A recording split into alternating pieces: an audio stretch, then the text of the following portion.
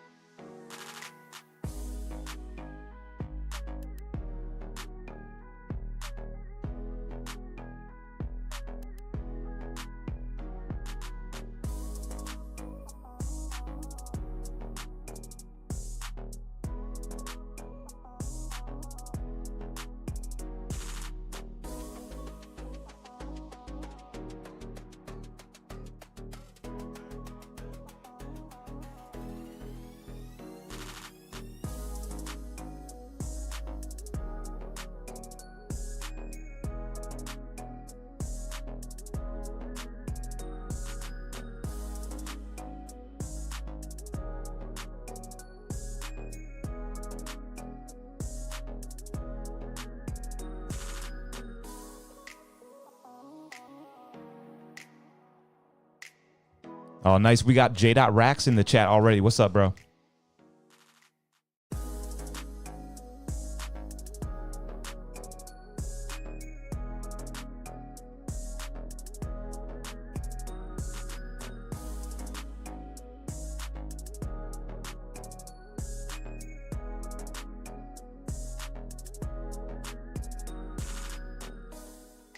Studio 2 with DJ KP.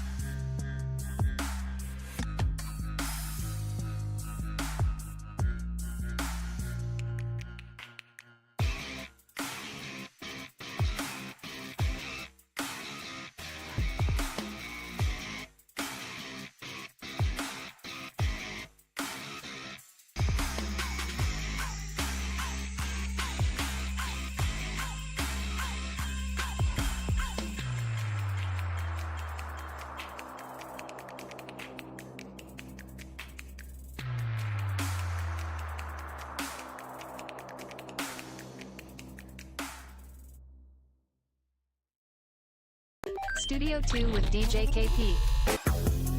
All right, let's unmute these mics. It's almost go time.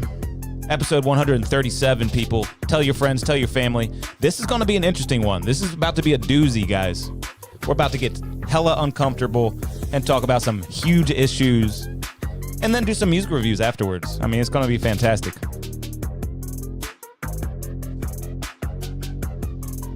Strap in, y'all.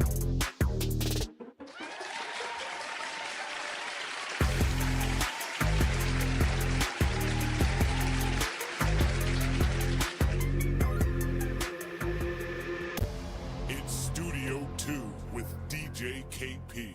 What's going on, everybody? Welcome back to the show. It's Monday night, 9 p.m. That means you're locked in Studio 2 with DJ KP for the next 2 or 3 hours. We got to drop a bomb, y'all. It's the most controversial show on the internet. This is about to be a doozy, everybody. They killed my boy, Charlie Kirk. I had to wait till Monday to talk about it. We're about to do the full deep dive and even brought a first-time special guest to the table. Make some noise. Hey, you want to introduce yourself, actually? I'm going to let you introduce yourself over there. Hey y'all, I'm Mir. Everybody knows me as Mir, Jermara Roche on Facebook. How y'all doing? Yeah, he invited me on. I don't know what I'm about to do, but hey, it is what it is. And she's been kind of a new supporter of the show, which I really appreciate. I've been seeing your name on Facebook a few times.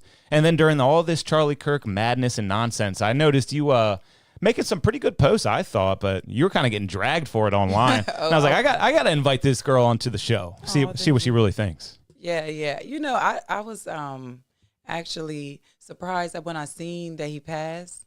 I was like, I was shocked, man. Oh my God. You know what I'm saying? So ultimately, I didn't go through Facebook and I didn't scroll. I just was like, darn, like usually, like some of his things, it hits me hard. So I really be like, darn, I don't like it. But it's like, darn, he's a man. His word was amazing. A lot of things that he said was amazing. So I was just really hurt. It like struck a nerve. Yeah, honestly, it was the number one celebrity death for me in my entire lifetime. I've always thought, I've always wondered how people get affected by like celebrity deaths. Mm-hmm. This one actually affected me, man. Like I was pretty sad about it. I'm a big Charlie Kirk fan. For everyone who doesn't know, I used to watch him almost every day. I thought he had really good content. He would talk about some stuff that most other people wouldn't even touch, truly like intellectual conversations. And it was with college kids. A lot of people gave him a hard time for talking to college kids like they're not full-grown adults that vote in this country. Right. Yeah. And he always had really good conversations, talk about like hard-hitting stuff that only like true adults can really talk about and actually converse about. Yes, exactly. And I never thought he said anything even mean or I mean, I guess it was controversial if you're really not thinking deeply enough about what he's talking about. Yeah, you got to go deep. You got to dive. You got to educate yourself. But the fact that they would assassinate my boy like that, like it really kind of crushed me. Yeah, for your words, it's like, if he would have hit somebody or and everyone always says like somebody. The liberals and the left, they're like the party of peace and like in love, or that's how it used to be back in the day. Not anymore, man. Like they can't even and they were calling Charlie Kirk fascist. Even today, they're still calling him a fascist. He just died for his beliefs. Right. He got assassinated for his beliefs. Well, you should break down what being a fascist is for the people. And like maybe I'm not even the right guy for that, but at least I don't claim I know it. I know it's not. I know it's something to do with trying to silence people, trying to silence an opinion that's not the majority opinion. Okay, so it's more that's my grasp on it. What do you think fascism means? Let's get into it. It was more so like you said. See if I can get a definition. Let's look up the definition so we can break it down. So we can educate everyone. We can. Because that's definitely, people are struggling with that word. Was it like a Hitler vibe? Like, is that a lot of people associate it with Nazis and Hitler and stuff, which I guess like they would silence any opinion that wasn't theirs in that country at the time. Right, so more dictatorship type vibe. But it was, if you were listening to him, he was a Christian-based values, like old school grandma values. He was definitely, hardcore Christian.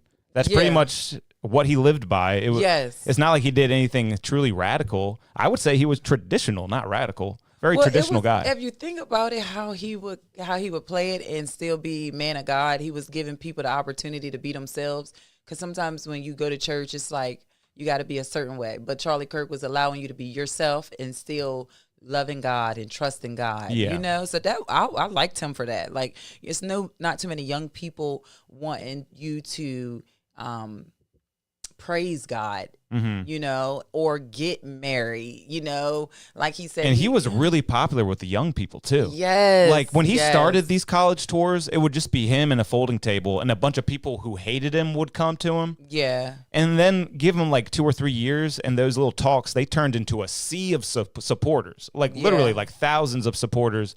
And he would still let people come right to the front of the line if you disagreed with him. Yeah. And that's where the fun was, you know? Exactly. My favorite one, well, one of my favorites was, what is a woman? Yes, exactly. Like that is a classic question to ask a liberal. What is a woman?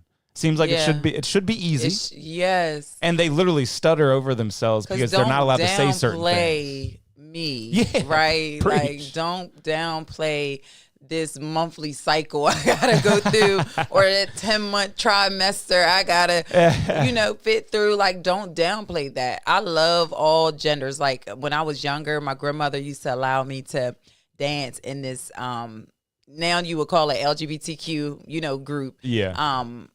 But back then, you know, they weren't as soft as they are now. Yeah, right? totally. With the oh words. My God. Everything offends people now. Yeah. And I think it's time for us to really get into this now. It's time to start this weekly warm-up. It is a very Charlie Kirk heavy weekly warm-up. But just to keep things normal, we always start with sports. We're going to start with sports. And I know you're really into sports. You were a phenomenal basketball player and a volleyball player, and now you coach basketball and volleyball. I do, yes. And did some track and field, and I'm very impressed with all that. Thank you. So you're into sports, right? I am, yes. I love sports. Is if like now with football and basketball, if I don't have it on in the background, sometimes it don't even feel the same. So who's your football team? I am a Philly fan, but that's only because I don't really know much about football. Me with football, I'm definitely like the girly girl with football, but I appreciate the love Philly have for the Eagles. Yeah. And the first time I ever went to, well, it wasn't the first time. So as my travels from home to Atlanta, I would go and do Uber. And so I would go and do 100 rides a weekend in Philly, just because I know I'll make $1,000. Yeah, damn. Right? So, you know, if you got 100 rides, you're going to make $1,000. Food for thought. Come on now. So anybody can do it. Let's go. yeah. So Man, free Lonnie DeSavage in the chat. Oh, my goodness. yeah, so then the Super Bowl came the first one. And so it was just a vibe. And so then I was like, yeah, I'm a Philly fan. Oh, that's cool. So, that's a good reason, I'd say. Financially, I like that. I like that reason. Well, my football team is the Ravens, and I'm rejoicing with this first clip of the sports section. Lamar Jackson is now the all-time leader in passer rating. Okay. And think about that. That's so amazing because people were literally telling this guy that he should be a running back or a receiver, that he's not a real quarterback. And then when he wanted more money, they were trying to play him. Exactly. And that he's the best quarterback of all time, highest passer rating ever. Wow. And he also leads all quarterbacks in rushing yards ever. Wow. I mean, this dude's the GOAT. Wow. That is wow. Who else could do that? That's wow. And well, you know, when you set a standard to, hey, this is the amount I want, and he's stuck with it. Yeah. And he's showing and proving, that's amazing. I mean, they were literally telling him, you're a running back. You're not a quarterback. You can't throw. I remember that. Top passer rating of all time, right above Aaron Rodgers, right above Pat Mahomes. He's above Tom Brady. And of course, he's rushed more than Michael Vick. Wow, like that's amazing right there. Shout out to him. That's the best football player of all time, guys. It's been said. I know he hasn't won a Super Bowl yet, but yeah, this year. He's still Let's the best. go. Let's go, Ravens. Let's go. And speaking of Lamar, it ties perfectly into my Charlie Kirk stuff. Remember a month ago, he got some big backlash for retweeting Charlie Kirk. Okay, I didn't know so that. He's been on the Kirk train for a while. He retweeted Charlie Kirk saying it's all about Jesus. Oh, wow. Yeah, did you see that? Yeah, look at that tweet right there.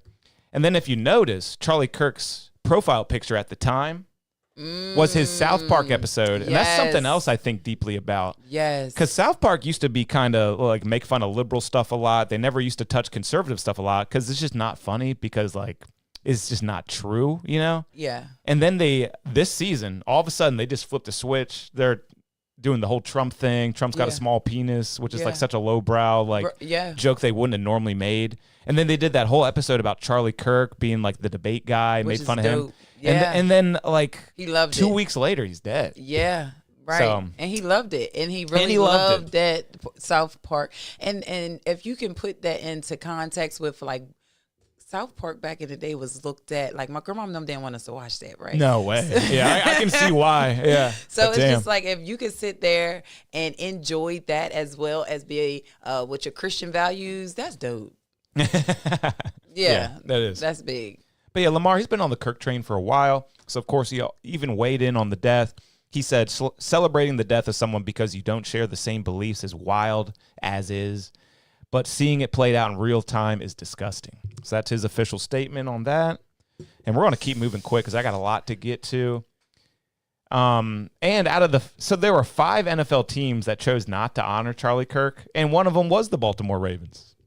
Dang. So your franchise quarterback is mourning his death, is a fan of him, and you can't even do like anything like the other 25 teams did. Yeah, all you gotta do is a moment of silence. A Ain't little nothing moment wrong of silence. Yeah. And I'm glad you brought up moment of silence because a little bit later in the weekly warm up, I'm going to play. Did you see when Congress wouldn't give him a moment of silence? I did. I actually was watching that real time. The lady was like Charlie Kirk deaf, and they had at first gave a moment of silence. At first they did, and then I think they wanted to double back and do it again. Then they started. But yeah, we're actually going to play that clip a little bit later. And then to end out the sports section, fuck it, Charlie Kirk basketball highlights. Ooh. These are literally his high school basketball highlights. That's dope. Every person who shoots is Charlie Kirk in this, and it's nothing but threes. Oh wow, and got a jumper too. He got a jumper, man. Oh wow, that is so nice. Isn't that funny? I had another clip of him throwing a football, but we had too much other stuff to get to. But yeah, these are Charlie Kirk basketball highlights. That is dope. I appreciate that because I never knew that. Not a lot of people have seen that before. So let's get into just a quick Charlie section here. So this is just a little overall stuff here. Joyful thing, and I've had some pretty amazing experiences. I've been very, very blessed, very lucky, you could say, but very blessed is the word I would use. And the greatest joy I've ever had is coming home to my little daughter running up to my leg. There's nothing that even comes close to it. Not flying on Air Force Just One. loved his not daughter, meeting man. Just wanted to play that. I mean, he was such a down to earth human. Here's a little clip of his daughter actually running up to him after an interview. This is the guy you guys got a problem with. Like, I just don't understand. Yeah, heavy on the active daddy. Yeah. And I know evil people got daughters and stuff, but I'm just telling you guys, this guy was not evil. Evil's a stretch. Yeah, he was not evil by any stretch of the imagination. Yeah. And this is his killer right here. Charlie Kirk's assassin, Tyler Robinson, 22. He got turned in by his own father. And I love this post because it says, ironically, he was still calling Charlie Kirk a fascist up until he killed him himself for talking or making opinions that he didn't like. So that's the point I was trying to make earlier. They really don't know what that word fascist means. Because this guy was the fascist. He killed a man because he had the wrong views. He was trying to silence him forever. Mm-hmm. So that's just crazy. Yeah, so that's what people not realizing, right? Mm-hmm. They're not realizing we are in America, y'all. We're in America. It's a democratic country. Simple as that. Yeah. If you don't know what a democratic country is, Chat GPT that guy. Yeah, Chat GPT is definitely going to help out a lot of people.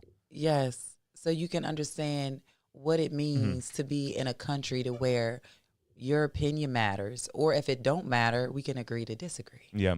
And I'm a conspiracy guy. Like, part of me doesn't even believe that this guy did it.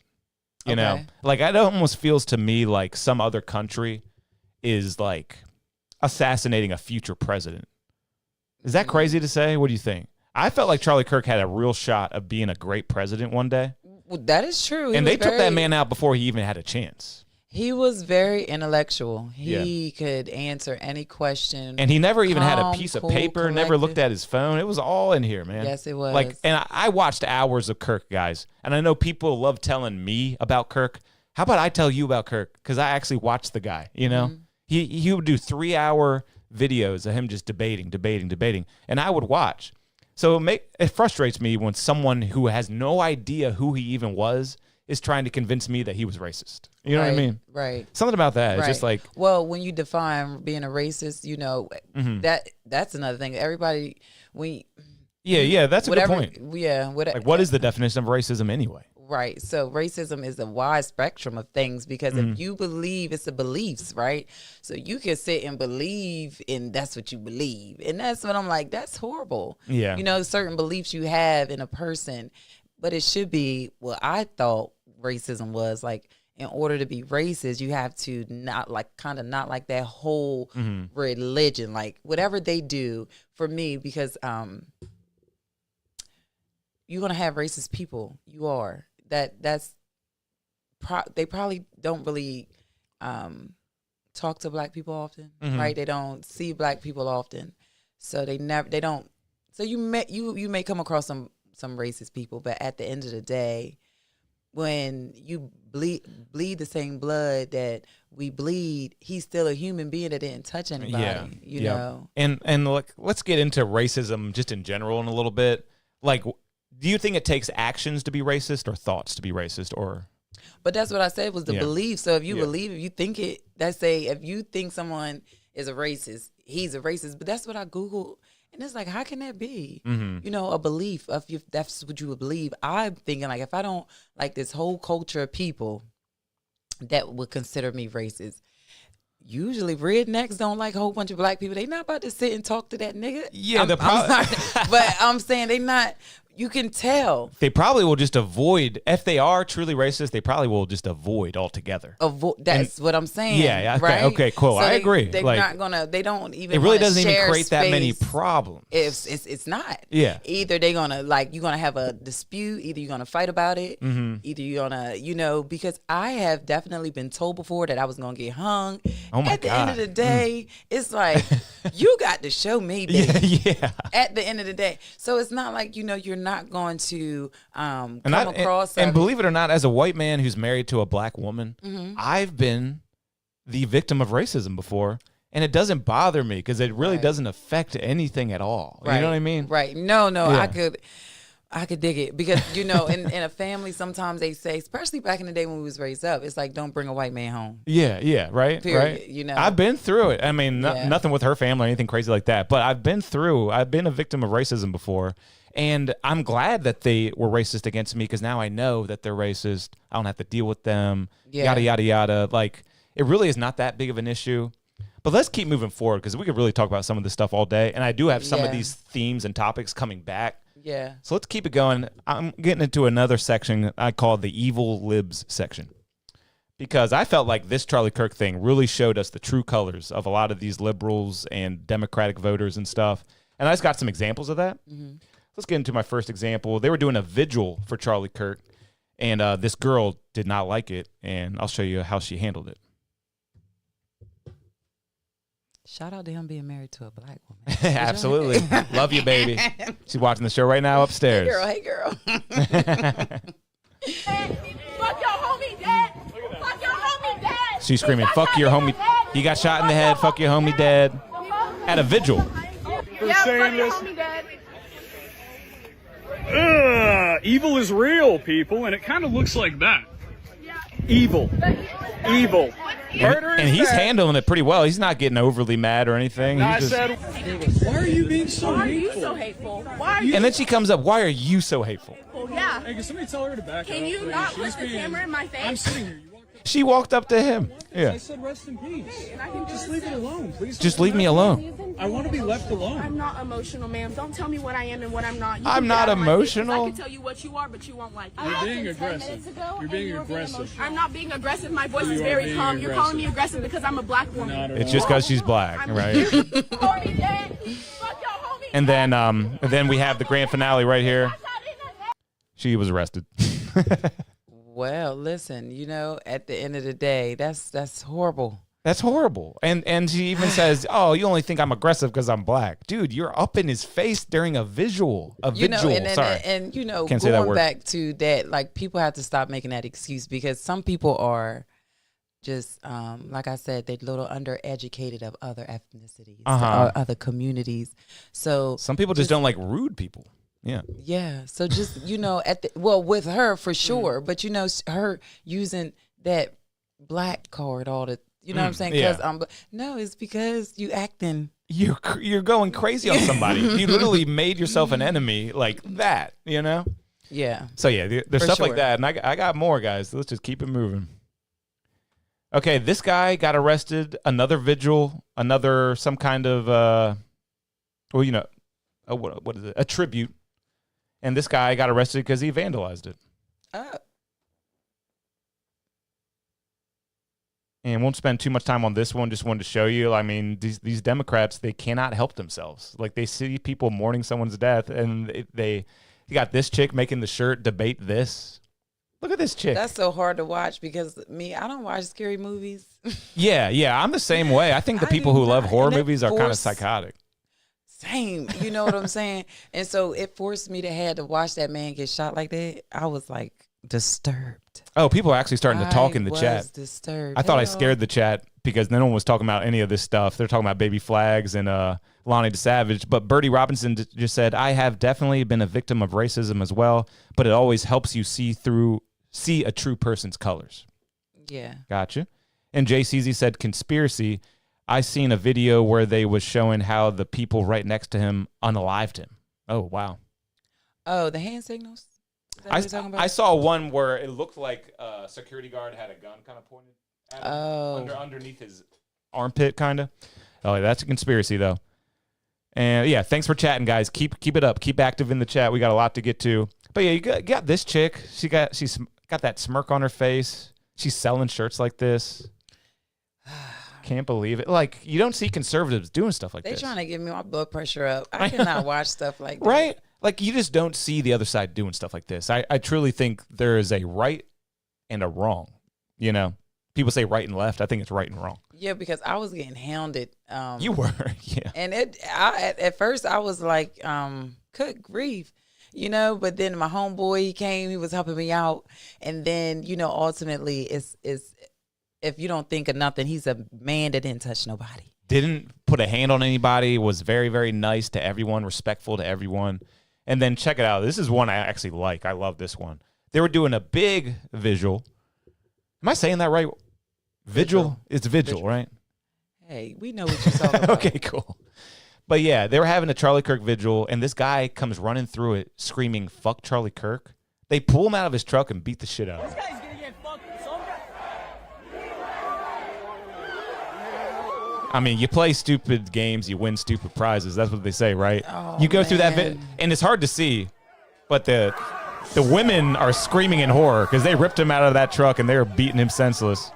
And a lot of the people beating him have uniforms on. They were not playing around that night. Like, why would you do that? Fuck Charlie Kirk. You're gonna ride through basically a funeral saying fuck the guy who's dead. Yeah, that's emotions running high.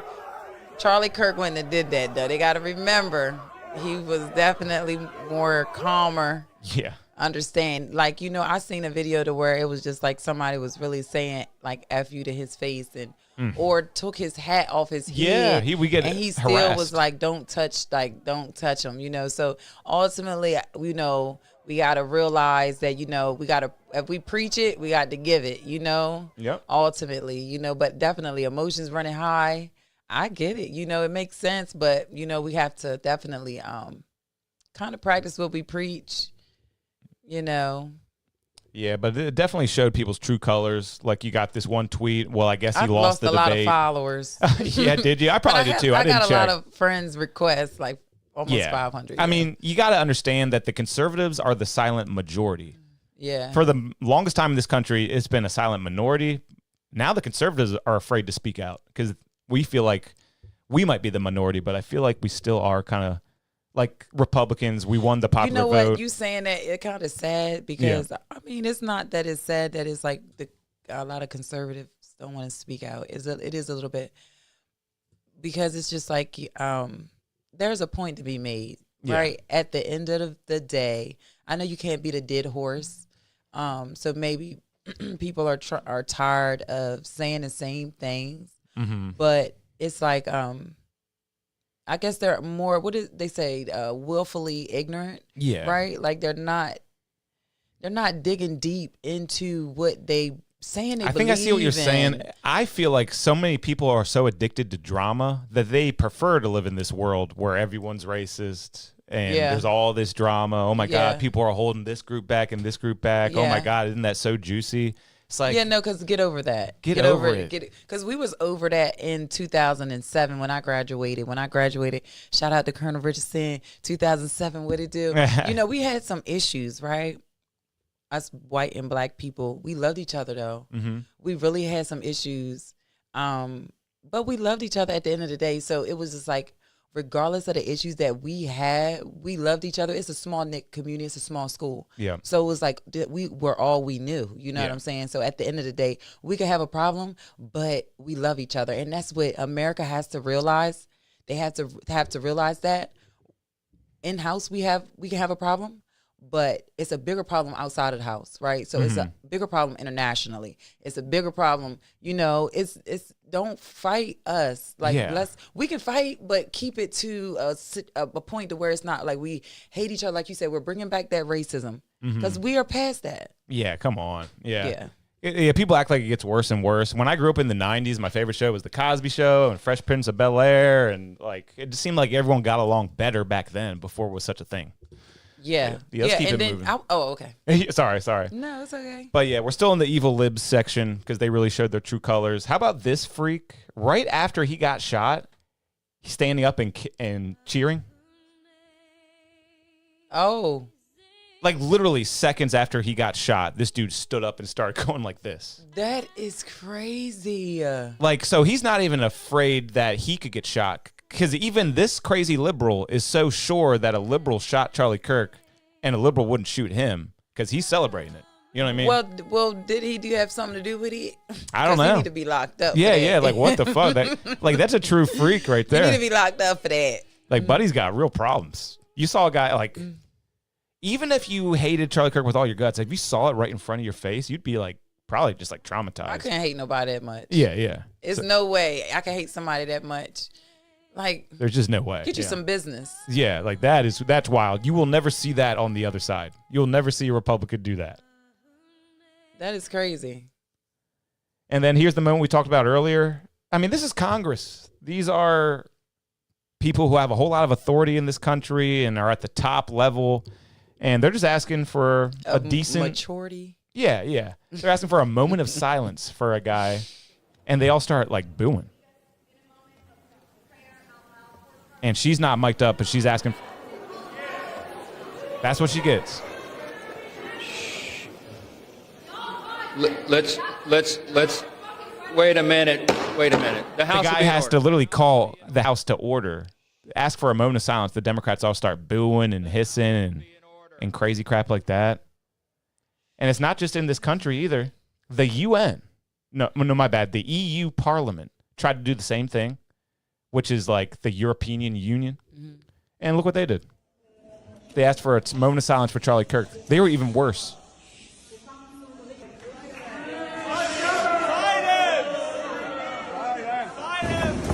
And you were talking about maturity. They start just beating on their desks. Just anything but silence for Kirk. Yeah, that's crazy work. That's wild, man. I couldn't believe this shit. That's crazy work. Yep. And what else I got here? But that really shows that last clip that America is powerful. And that was one thing I wanted to tell people. I don't care if you think you beautiful, if you don't think you beautiful. If you are American, you are worth some money. Mm-hmm. And a lot You can get it, yeah. Yeah, and a lot of times we set ourselves such a low budget to where we're not thinking that we are powerful people as a community, as a whole. People want to come here for a reason. Yes. They want to come here for a reason. For me, I don't have no problem with immigration, but you got to come here the right way. Exactly. I totally agree.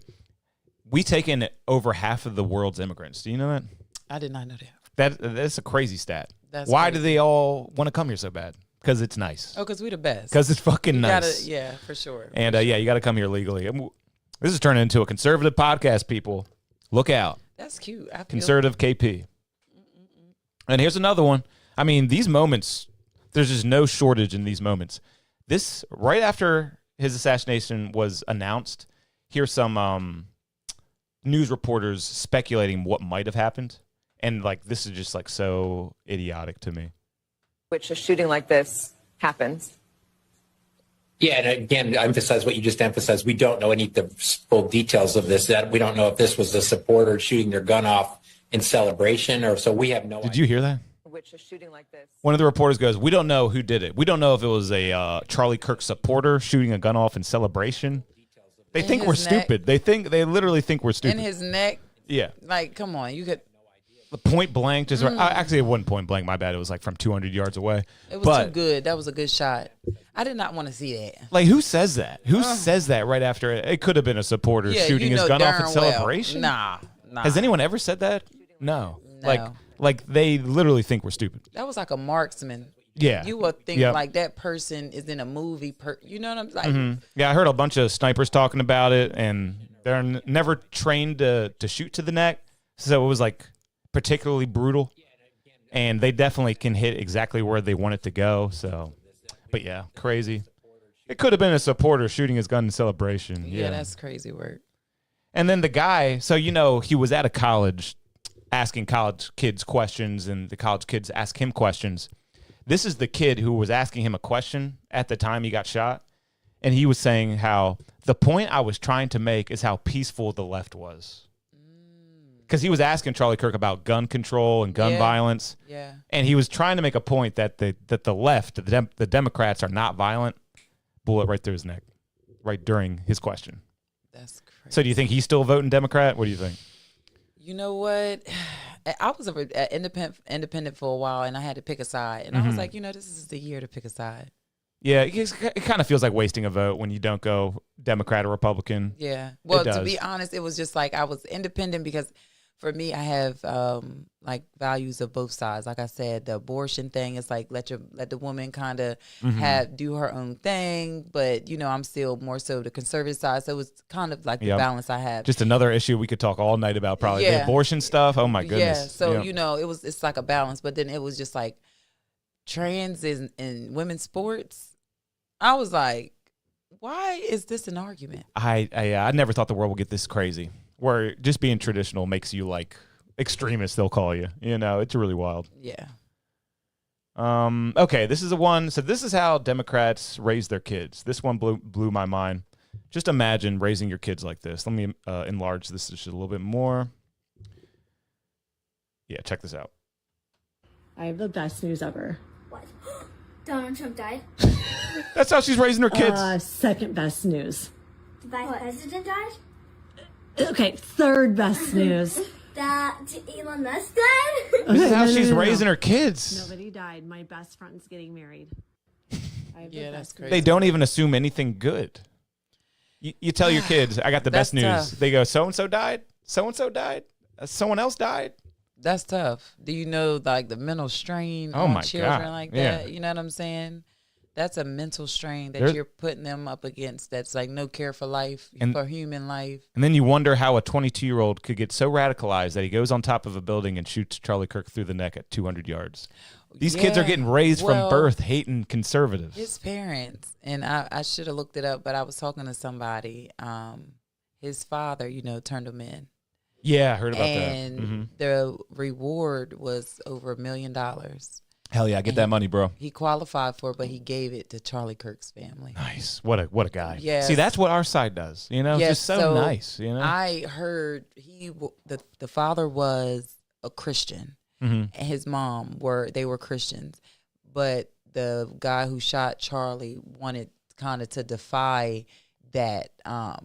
So he kind of moved out and stuff, but it was more so his family was trying to lead him one way, and he didn't. And in the beginning, they were telling us that he was a Trump donor and he was a Republican voter. Excuse me. But all that was false. And, he dated a trans. His girlfriend is trans. The roommate. Yeah. It's like you can't have no trans roommate. That's your thing. Yeah, it's like the left was so happy that finally they had a shooter that wasn't trans, but he was dating a trans. So. Well, that's wild because it's like that. They hitting back to back like that.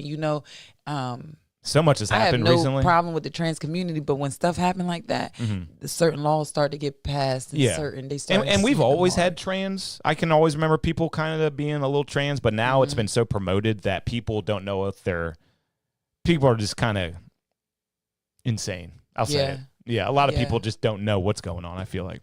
Well, my take on the LGBTQ or any sexual act, that's for the bedroom. Yeah, and that's my main takeaway, so I'm glad you said that too. The sexual stuff doesn't need to be promoted. It's completely natural. Yeah. I don't need anyone like motivating me to be any certain orientation. Yeah, It's and just in order what it for is. you to be LGBTQ, you have to say you're identifying in effing the... And we don't care about that. Yep, it doesn't need to be in schools or any of that. But yeah, just a few more clips of them just being awful. Liberal birthday. This is some liberal birthday, and they're doing prayer before they eat. My birthday. This is my birthday wish. Oh, no, birthday wish, sorry. 1, 2, 3. Donald Trump will die. Donald Trump will die. Donald Trump will die. Like, they're absolutely obsessed, and you just don't see this coming from the other side. You know, I had heard someone say, my thing about that, y'all, why do y'all want that man dead so Jesus bad? Christ. Like, I heard somebody say that in real time. He's been president. I looked at them like they were crazy. It's nobody I'm going to sit in jail for. Crazy, right? Yeah.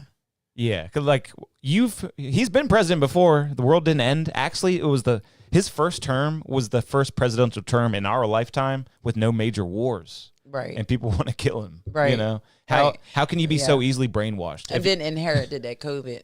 That was tough. Anyone thinking with their own brain, not getting told what to think, I think you can figure this out pretty easy. For sure. Yeah. But when you only listen to sound bites, you know. Put the phone down, put the TV down, and just let your brain produce thoughts. Yeah. I had some girl that it was like the Charlie Kirk had said, black women don't got no brain power, something like that. I saw that clip too, but it's out of context. Exactly, right? So it was like that 13 seconds of that, and I'm like, in competition, I'm a coach, baby. In competition, we competing. Yeah. Period. And he was competing against so and it is what it is. Gloves off. Yeah, there was a lot of out of context stuff, and we do have a huge racist section from Charlie Kirk coming up. You guys don't want to miss that. I see a lot of people were signing off, and now they're kind of coming back on though. I know you're disappointed tonight. You wanted a normal show, a bunch of goofiness. We're still keeping it light though. Yeah. And we got a bunch of big stuff coming. Guys, trust me, you want to see this episode. You're not going to see any of these takes anywhere else on the internet. Trust me. So here's another one. We're still in the evil libs section. So we got this girl yelling at a child because of the child's parents' political beliefs. Check this out. It's a baby. And then the other liberal women have to even check her and be like, what the fuck are you doing? That is a child. Screaming in a little girl's face. Yeah. Shit like that. I mean, people need some medicine. That's crazy to me. Yeah, people need some medicine at the end of the day. It's like get medicine or get punched. Yeah, get the meds, guys. Okay, no, don't get punched. We're going to Charlie Kirk it. We're going to pray for him. And then what do you have any opinions on Malcolm X? Yeah, I love Malcolm X. Malcolm X was more so of you touch me, I'm gonna whip your ass, you know, and like that. Martin Luther King was more so of nonviolent. You know, I'm not gonna, do anything. That's where they got with the sit-ins. You know, they weren't gonna do anything at the sit-ins. They were just gonna take the beatings. Martin Luther King was all about taking the beatings. Malcolm X was turning that other cheek. Yeah, Malcolm X was really about getting it. I respect him because it's like the trajectory he went through from being Muslim into believing in the man and then into creating his own, and then that's when they assassinated him because he started his own thing. He started his own, belief within the Muslim. So that's why Muslim men killed him, right? Wow. Yeah, he got killed by Muslim men. Damn. I didn't know that at all. Well, either way, even Malcolm X was trying to warn everybody about liberals, okay? This is real. Check this out. There are many whites who are trying to solve the problem, but you never see them going under the label of liberals. That white person that you see calling himself a liberal is the most dangerous thing in the entire Western Hemisphere. He's the most deceitful. He's like a fox, and a fox is always more dangerous in the forest than the wolf. You can see the wolf coming. You know what he's up to, but the fox will fool you. He comes at you with his mouth shaped in such a way that even though you see his teeth, you think he's smiling. You take him for a friend. But yeah, even Malcolm X is trying to tell you right Back to in your the day. face. Look out for the liberals. Long time ago. Because everyone thinks like the Democratic Party, they're the party for the blacks. You know what I mean? Yeah. The Republicans are racist, and nah, it's not the case. Like I feel like a lot of people don't even realize that Abraham Lincoln was a Republican, and the Democrats killed him too. Right. So it's been happening for a long time, and a lot of people don't realize the KKK was made by the Democratic Party. Right. Founded by the Right, for sure. For sure. So just think about stuff like that. So we're out. Google ChatGPT, baby. We're out of the evil libs section, and now we're getting to a very short section. A bunch of people got fired for the talking bad about Charlie Kirk. I seen that. You see that? Like, I did. Like this girl here got fired. I'm only gonna play a few. I could play you hundreds on this. Yeah. That video to corporate and got me fired. Thank you. And I know that everybody is going to see this video too, and that's okay. I'm not going to say anything wrong. Did I realize Did you learn your lesson, lady? saying in that video was going to lead to this? No, I would have never Still wearing her work done uniform that. too. That sent that video to What's up, corporate C and Brew? got me C Brew, we're talking about Charlie Kirk. Let us know what you think about it. know that everybody is going to see this video too, and that's Yeah, okay. we already saw that. I'm You not gonna repeated, say but yeah, that was anything one wrong. of them. Oh, and this was a crazy one. Some people tried to go into Office Depot and get some posters printed out for one of the vigils, and they refused because they said they're not allowed to print propaganda. Propaganda, I'm sorry. We don't put that here. Alrighty, so, what's your name? A paying customer is trying to get a picture printed of Charlie Kirk, and they're refusing it. That's crazy. So they got fired too. Alrighty, so if they say they don't print... And you can just look at them and tell they're liberals. Just weird hair, weird glasses. The guy over there in the corner looks absolutely crazy. Taisha, what's up? We're talking about Charlie Kirk. We're getting crazy into all the Charlie Kirk stuff. But yeah, that's just crazy to me. But yeah, look at them. Look at this guy down here. You can tell who he voted for just by looking at him. Oh my God, Look that at this is guy. hilarious. Yeah. He looked like he want an issue. He looked like he just want some problems. Like, just give me a problem. So they got fired because you got to print the stuff the paying customer wants. For you sure. can't just do that. This person got fired from Old Navy. We're going to speed through it. DC Comics has canceled the Red Hood comic book after their writer. So they canceled a whole comic book because of this lady. And look at her. You can tell who she voted for, too. Look at her. She looks crazy. She looks weird. She's got weird glasses. What's her pronouns? Yeah, exactly. Like, you can just profile these people and tell. This person got fired. She said he has kids. Fuck his kids. Fuck his ancestors, especially the bitch who birthed him. Jesus Christ. Got fired for that. That's taking it a little far. Debate this. Bullet wounded in the neck. She got fired. I don't know what happened to that one. I feel like that one malfunctioned. And some people even started GoFundMes because they got fired from their job for talking about Carly. So that's it for the fired section. Yeah, so because what do people think? Your representation of your job, baby. Like what you say, what you do, your representation. Everywhere you go, especially everywhere you go, you representing who you work for. Yeah. Yep. And they have the right to fire you just like you got the right to apply to work there. It's all freedom, baby. It is. So. Oh, and C. Bruce said they snapping. And Bertie Robinson said the ignorance is at an all-time high. Yes. People are laughing in the chat. We're having a great time. Episode 137. We got a special guest with me right here. Everyone else was too scared to touch this Charlie Kirk episode. I appreciate you still coming through. Oh, yeah, for sure. Yeah, co-host couldn't make it. I probably should have said that in the beginning of the episode. She got called into work. Dele, we'll get you next time. Okay, so now we're on to the racist section. This one's a doozy. A lot of people were telling me that Charlie Kirk was racist and that I should have never supported him. But let's check it out. Let's do a deep dive. I'm going to play some clips of the man himself talking. And I hope everyone in the chat is ready to discuss this because you're not going to see this anywhere else on the internet. Trust me, guys. Let's just be adults and talk about this. So I got a few clips about racism. Let's get into it. You call me a white supremacist.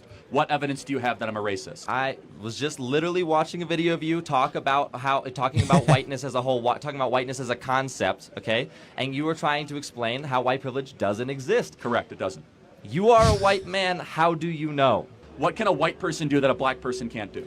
black applicants to jobs are 50% less likely to get jobs with they have a black sounding name. That's not even close to being true. That's not even close to being true. That is a literal. In fact, it's the opposite. I'm not going to argue your lived experience. So a black guy from the audience goes, "You're going to tell me my lived experience?" This is something they always say. Rules because a black person is going to say you're wrong. I am. He can say I'm wrong. I know. Come on up to the mic. I know. I read your.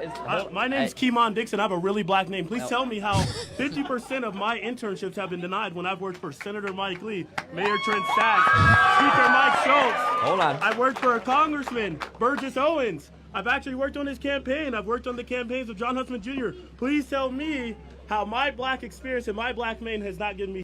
Go ahead. So a pretty interesting clip, man. Yeah. So, I mean, that guy had a really black name. What was his name? I forget. It was really black, though. Yeah. And he ended up getting the opportunities that he wanted. So let's just keep it moving. I don't know. I have much to say about that clip, I guess. But here we have another clip of Charlie Kirk talking about DNA and race. Unmute. Here we go. Wait. Maybe this one got muted somehow.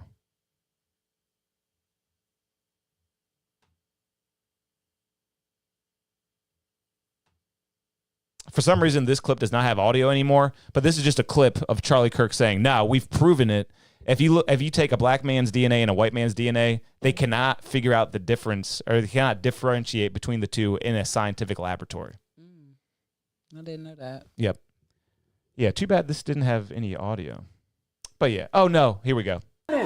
It has been disproven. All right, I figured it out. Let's replay That's probably it. the first time I ever seen him so upset. Yeah, no, he's really into this issue. He does not want anyone to think that there's a difference in the DNA between blacks and whites. One thing that white people and black people have different biologically. Don't change the question of this. Like DNA-wise, we are different. No, we're not. That's a lie. It has been disproven. Front page of National Geographic 6 months ago. Racism created by society. If you look at DNA independently in a science laboratory, they cannot distinguish between a black person or a white person if they look at just the DNA, because the only difference is the melanin. And listen to his audience just erupt in cheering. And he was super into that. I mean, I'm telling you guys, he was not a racist. He was hot. Yeah. And you don't really see him get that hot. Even when that girl took his head off and was he was telling people, "Don't touch her, just leave her alone." You know, so you don't really see him get hot. Bertie Robinson said, "Racism is created by society." She's shouting it. And Sebrew says he had a name like he was from the hood. He did. He did. And Shu, they can't handle that type of truth, though. He had a resume. He had a really, really good resume. All right, we're in the racism section. Okay, so this was a big one. I heard this argument a lot from the people trying to convince me that Charlie Kirk was a racist. The black pilot argument. Okay. Have you heard this one a lot? I have. This is a popular one. Yeah. So I'm just going to let you all hear it. This is it. This is the black pilot statement in full from Charlie Kirk. Yeah, so last year you said something about DEI, unqualified black pilots. You see a pilot on a black pilot. Don't you think it was an irresponsible statement suggesting that maybe these pilots aren't qualified or unqualified? No. But I'll tell you exactly what I said and why I said it. Okay, go ahead. I said, the pretext, I went through a whole windup. I said United Airlines is saying that they want 40% of all their pilots to be people of color or women. We have learned that we have relaxed standards anytime that we try to reach racial quotas. Anytime we reach racial quotas, we relax the standards. Standards for air traffic control, professors, or college admissions. Therefore, when it comes to pilots or surgeons, if I see somebody who is black, as I said on the show, I'm going to hope that person is qualified. That's what I said, which of course is legitimate, because they're begging the question, we're not hiring based on merit anymore. We're hiring based on race. And what do you think about the whole DEI thing? Because that is what it is, right? Yeah, so so DEI, DEI is a company. DEI itself is a company. Yeah. So DEI, say, your company here, you will have to have DEI to orchestrate your, arguments and making sure no one is getting discriminated upon. Mm-hmm. That's what DEI will come in to kind of be the middleman of that said company, right? So DEI coming in and telling the airports, like he said, make a certain quota. So when you trying to make a quota, ain't that a certain date, like a time, like you have to stamp like 40% of other ethnicities by this time? Yeah. Get what I'm saying? So if you're meeting a quota. So typically any job ever for all of time has been, okay, I want the best guy for the job. And then DEI comes in and says, well, you got to have a certain amount of blacks, a certain amount of another ethnicity, a certain amount of that. So when that happens, you do kind of, the qualifications do take a hit. Yeah. Because now you have to have a certain amount. At a certain time, you hitting their quota, whatever their quota is. And actually, maybe I'll answer that with yearly, another. quarterly. So this other Charlie Kirk clip kind of is a good analogy for what I'm actually trying to say. So let's just go to this clip here. How is it that the NBA is 75% black? It's because they're better at basketball than white people generally are. It's not because That's because of DEI. No, oh, really? What DEI? No, no, seriously. What DEI program or policy does the NBA have? Do they have a stated goal saying we're only going to hire black people? No, the NBA owners say we want the best basketball players, and they end up with a 75% black league. The NFL, it's a cutthroat business. They want the best possible football players. They end up with 50% of the NFL being a black league. We want the best. We want better. We don't care about the color of your skin. We want merit and we want excellence in this country. So this is Charlie Kirk admitting that black people are better. So yeah, we won't listen to his reaction. We'll react ourselves. But you see what he's saying? Like that analogy I thought was really good. Yeah. Let's say the NBA said, you know what, we need half the players to be white. Right. The play would be worse. Because DEI come in and tell you what to do. And that is the thing, right? People have to realize who were getting paid through DEI, right? Yeah. Like a lot of times the congressmen, they be having a percentage of certain companies because DEI is a company itself. So DEI is double dipping. Oh, and real quick, Bobby Lewis in the chat said, if I learned I got promoted to supervisor because I was black, I would turn my hat in. I don't want it if it wasn't the best man for the job. Exactly. Wow. Yeah. So DEI was double dipping. What they was trying to tell people, DEI is getting money from the government and they're getting money from these companies. Wow. So if you are a business person, if you ever owned a business, you know that business change, business formats change. And this DEI, we don't need you right now. It's as simple as that. You know, it was this, and now we don't need you. I do not need you to dictate, tell me I'm racist or tell me I'm not racist, you know. And another thing, if I have a company and I want all my black sisters to work in there, I don't want nobody coming in and saying I need a white person if I don't want a white person there. Or vice versa. If a white company says you should not have to do that if you don't want to. Yeah. Chinese companies, they be having all Chinese people in there. God, it's not even that complicated. It's like just let them hire who they want to hire. Yeah. But I love the NBA analogy though, because the commissioner told all these teams, hey, in this next draft, first round, you got to pick a white guy. I mean, or like anything like that. You got to pick, half your team has to be white. Everything in the whole league is going to change. Yeah. And I'm not trying to reinforce stereotypes or anything where black people are so good at basketball and white people are smart or something like that. But I'm just saying, we all know that analogy was actually pretty spot on with the NBA. What else we got? Let's speed this up just a little bit. Let me just get to the good stuff. Okay, another thing that Charlie Kirk would talk about a lot that got him in trouble was murder statistics. So as a black person, what do you think about these murder statistics? And I just found, I guess Elon Musk tweeted this a while ago. NYC murder percentage share. You know, you have to be honest with like gang music and stuff. That stuff don't make it better. You know? And with, you know, it just don't make it better. So I'm not.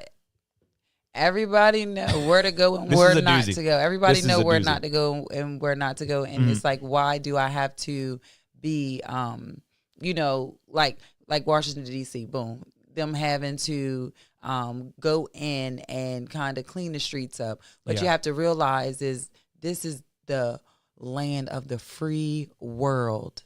The land of the free world. So if you're not thinking small, right? If you're not only thinking of DC, if you have people in other countries looking for Washington D.C. to be safe as possible, to be pretty as possible, to be like the best thing since sliced bread, because that's what other countries think. Seriously.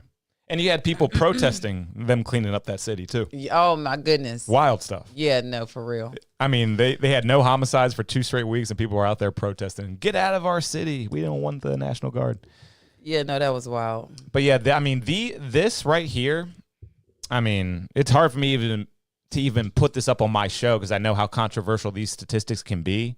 Yeah. But I mean, basically, black people make up 13% of the country, but 55% of the violent crime. And a lot of the times we taking each other out. Yeah. My god brother died from gun violence. And it happens even in this city. I mean, Salisbury. The same we see it every age. week. Yeah, he left 11, 12 children behind. Mm-hmm. And, he went and fought with his fist and got shot. So ultimately, it's just, as a community, we got to do better, you know, as a community to keep our kids safe so we won't be seeing 15, 16-year-olds going to jail because at the end of the day, they're still children. Yep. Something went wrong, but they're still children, so it's horrible, but it's a fact. Yep. And then Bertie Robinson said, "Murder has no race. There is killers of every race, sex, etc." And that is for sure. But, I mean, is there something that needs to be done when the ratios are looking this kind of lopsided? I mean, I really just think that more talking about like handling your emotions. Yep. Learning how to handle your emotions in certain situations, and like a lot of the times right now with the music, sometimes that kind of happens. Like in Chicago with that Labor Day weekend, it was like 50 people shot. Yeah, that's tough. And they're fighting tooth and nail to weekend. keep the National Guard out of their city now. Yeah, in one weekend. That's a little tough. 50 people in one weekend. But even in this community, like I used to do a podcast that was super popular, and it was called Henny After Dark. We had a great co-host named Styx. Someone ran into a house he was in and shot and killed him. Oh my God. I mean, it affects me a lot. I mean, I worked with him for a year every single Sunday for hours. You know what I mean? Yeah. One of my favorite clients ever was a 14-year-old kid. Used to record him all the time, all his songs. I had him on the show a bunch. At a 4th of July barbecue, he got shot and killed, drive-by style or something like that. Aww. And a bunch of other people got shot and stuff. He was 14 years old. 14. Celebrating the 4th of July barbecue. That is got wild. shot up. Yeah. I mean, it happens even in this community, man. Yeah. It's crazy. It happens in every city almost in America. It do. And it has to be talked about, like what's wrong, what's going on, because a lot of the times, and I don't even know, our parenting is there. Did I say that right? Are they being the best parents they could be?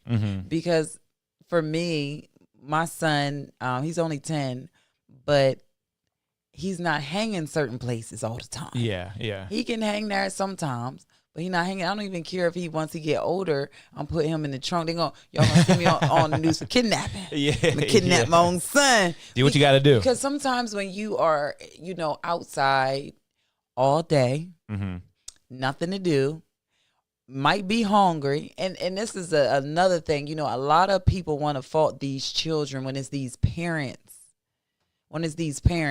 Have your child ate breakfast, lunch, and dinner, right?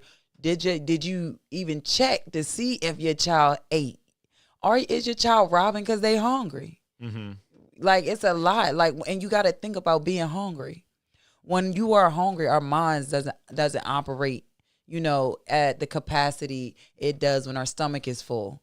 So at the basis, sometimes, and it's probably the smallest thing, but people know a lot of these kids, especially, and I'm saying this because when I went to Atlanta with my baby dad, he had me with these gang members, and I was scared at first. I was like, ooh. Damn, what are we talking about now? I was like, but it was so many of them, and they were like 14, 15, right? And I was like Years old? Or that's how many of them there were? They were, 13, 14 years old. Oh, wow. Yes, wow. Yeah. And then, you had your older ones. I was like 21. So you had your 16, your 17-year-olds. And it was like 30 or 40 of them, like in this one. They had a studio room. Shout out to Kibo Gotti. I don't know if y'all know Kibo Gotti. Yeah. Okay. I've heard of the name for sure. Okay, so Kibo Gotti would have a lot of young guys, right, that he would feed. Ultimately, that's what he was doing. Oh, wow. So my thing was, it was just like, they were very respectful boys. Outside looking in, a person would be scared going in there. But when I got in there, I realized it was like, Kibo Gotti's really feeding them, literally. Like, he's giving them food. He's making sure they're safe. And them, and I'm not saying he would put them on somebody to kill them, but you got to think, when somebody's feeding you and you're in a gang, you would do anything for them because they're feeding you. Yeah. So it's a lot of the times as parents, we just building that loyalty, man. There it is. Yeah. Build you're that's right. So it's like, be loyal to your child, right? You know, see what your child's doing. As a coach, look at your child's phone. Your daughter hot, get her on birth control. You know, like little stuff like that is important to have the safety net for our children, because sometimes we let our children just do anything. Yeah, man, it's so true. Let's see what else I got in this section. This is a wild racist Charlie Kirk section. What else I got for you? Okay, so here he is talking to a black person, because obviously he talked to tons of black people. He would talk to anybody, all respectful and stuff. And let's just see what this clip is. Why is it that black Americans are 13% of the population, yet they commit 55% of the murders? Where can you show me that? And actually, before we even play this clip, is that wrong for like a white person to point out or say? I mean, that's a statistic. And are the stats wrong? I'm about to say, if it's a statistic, I haven't looked at it, but it is. I think black people is 13% of the United States population. And if you just look at the popular cities, what they're saying, like, boom, if you look at Chicago, D.C., Baltimore, certain cities where they have the majority of the issues, majority of it's like gang involved, gang, you know. And it seems like something that most people could probably agree with, but I don't know. This seemed to get him in a whole lot of trouble. A lot of people did not appreciate him saying this. Again, it's FBI statistics. It's well known. FBI statistics? Where can you show me that at? Can you give ask me ChatGPT, ask Grok. Why would I ask ChatGPT when ChatGPT has shown, proven? What? Prove it. Again, anyone near you can show you the stats, right? It's right there. Look. Man. Let's read it. 70% of offenders were African American. So someone shows him the stats. Wait, pull it back up. Boo, yeah. Charlie, for the sake of myself, I really do appreciate the ability to debate with you, man. I want you to think about what I asked you. Okay, you mind if I have a hat? Yeah, sure. Thank you. You know, pretty uncomfortable moment, but they smoothed it out, and it was just two adults talking, man, at the end of the day. Yeah, because when you you know, a lot of like that, like we said, 50 people being shot in Chicago during that weekend, that's just one weekend, 50 people. You know, you don't see where, I mean, the top 10, the white boys will shoot a school up or whatnot, but it's a lot of times where during the weekends, you having a lot of violence every weekend, you know. And Bertie Robinson said, just in Cambridge, there have been several murders by kids under 18. The punishments are not realistic, and the rules against parenting are not helping. Exactly. Yeah. And, you know, under 18 in Cambridge, I don't blame them kids. I know they shot, and I probably, they do have a blame a little bit because they're going to get those charges. They got to face that time. So I do blame them. But they're kids. They haven't matured yet mentally. They have not matured yet mentally. And it's something that kids wrong. are just, they'll do whatever they're guided into doing, you know. Exactly. It's always the people raising these people. It really is. Yes. And that's something that Charlie Kirk would say a lot. A big thing, huge factor is having two parents in the household. Yes. That was another thing that seemed to be controversial for some reason. I would think that most people. Some black men just not being attentive. You know, I'm lucky to have good baby fathers, but. And that's basically what this girl is saying. Wanted to check out this one. Telling black people you don't need government assistance because you can be somebody is not racist. Telling us that government assistance has hindered us because before we were on government assistance, we were a more successful people is not racist by reading and understanding the facts. Ever since we started getting subsidized by the government, we have been controlled by the government, and not in only what we can do, but how we think. So when they're pointing out this stuff, y'all don't like nobody telling y'all the truth. Black people don't want to hear the truth because we benefit off of not working and being lazy off of government assistance and stuff. One thing Charlie Kirk also said was if the black people want to become better, we're going to have to stop celebrating crime and murder. Our culture is destruction. Everything we have from the women in our idolization groups, Beyonce, Summer Walker, SZA, Cardi B, Sexy Red, all of them are horrible examples of how to be as a woman. The same thing with the NBA young boy, Lil Baby, Da Baby, Lil Wayne, Baby, P. Diddy. All of those are examples of how to be a terrible person. What do you think about all that? I think she said the social services, boom. My thing about benefits, you got to do what you got to do. But my thing is you got to do other things too. Like just don't stick with one thing, right? If you need assistance, but then try to go to school because ultimately they're putting you in a situation to where you get free schooling. So use it to your advantage, right? A lot of people don't use it to their advantage. So my advice would be like to use it to your advantage because it's out there, free classes, free this, free that. So that's my thing. Use it to your advantage. And like she said, don't be afraid to live off food stamps because if you lose that $500-$600 and you pick up a better job, then you have already doubled or tripled what they were giving you, right? So it's a lot of times you look at that number and be like, oh, I'm missing that number. But if you go and you apply yourself, and you, like I said, go to school, try. Sometimes people get stuck in that comfortability doing the same thing. Yeah. Well, that's it for the racism section. We definitely got through that together. Congratulations, everybody. And now we're getting into yeah, I'm going to do this. Let's do this section too. We're almost out of the weekly warm-up, guys. It's almost time for just a regular episode. But I also wanted to talk about, what's her name? Her name was... His wife? Irina. The Ukrainian girl who got her throat slit on the, was it a bus or something? That was hard to watch. It's kind of just been such a rough couple weeks, hasn't it? Yeah. Because, I mean, she was totally innocent sitting on a bus, and then some guy behind her slits her throat and then gets up and starts shouting, I got that white girl, I got that white girl. Oh, that's what he did? Yeah. Oh, my God. He literally said that after he killed her. That is horrible.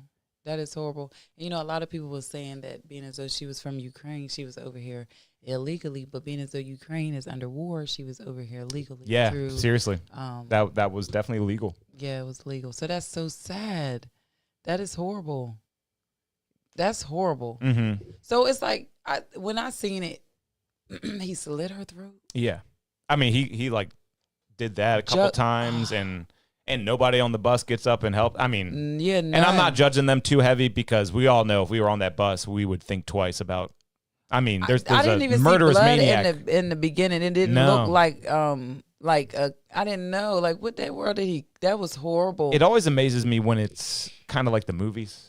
Yeah, because like in the movies they'll grab and it takes a few seconds. And then you might see some blood come down, and it really was just like that. Yeah. Oh my God. See, I'm glad I didn't watch all that whole thing because I don't do scary movies. Yeah. That's horrible. And I'd never even wanted to see the stuff, but I just kind of stumbled upon it on social media. You never know what you're going to scroll upon. It's crazy.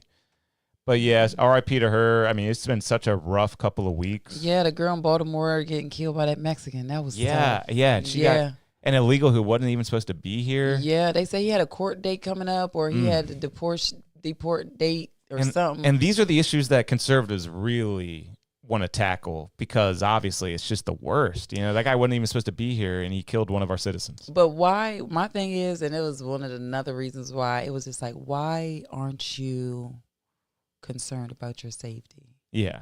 Like, what makes you so gung-ho? Like, you're bulletproof, right? Or you're massacre proof, or that it won't happen to you, or we already gotta trust the Americans. Like I don't even know my neighbor. I already gotta trust him, let alone trusting somebody from from another country. that you don't even know that like savage life is real in these other countries. Like, we have it so good here in America that, we take it for granted in these other countries that, That's why they all want to come here. Or knowing that they got to go back. Like, how hard is that knowing that you got to go going back? They hate going back. So that's like, we got to be careful. Like, Cook, that's horrible. But yeah. But yeah, that's a conclusion, guys. I just wanted to really get into a deep dive with all the Charlie Kirk stuff. It's just, he gets a bad rap. He literally had just a few traditional values, 2 parents in a house.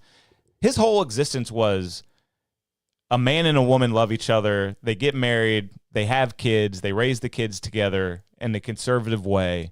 2 parents in the household. Get married before you have kids. That was his whole platform. So I just can't believe that so many people want to disparage his name and tell me, someone who watched hours of his content, how bad he was. Yeah, for sure.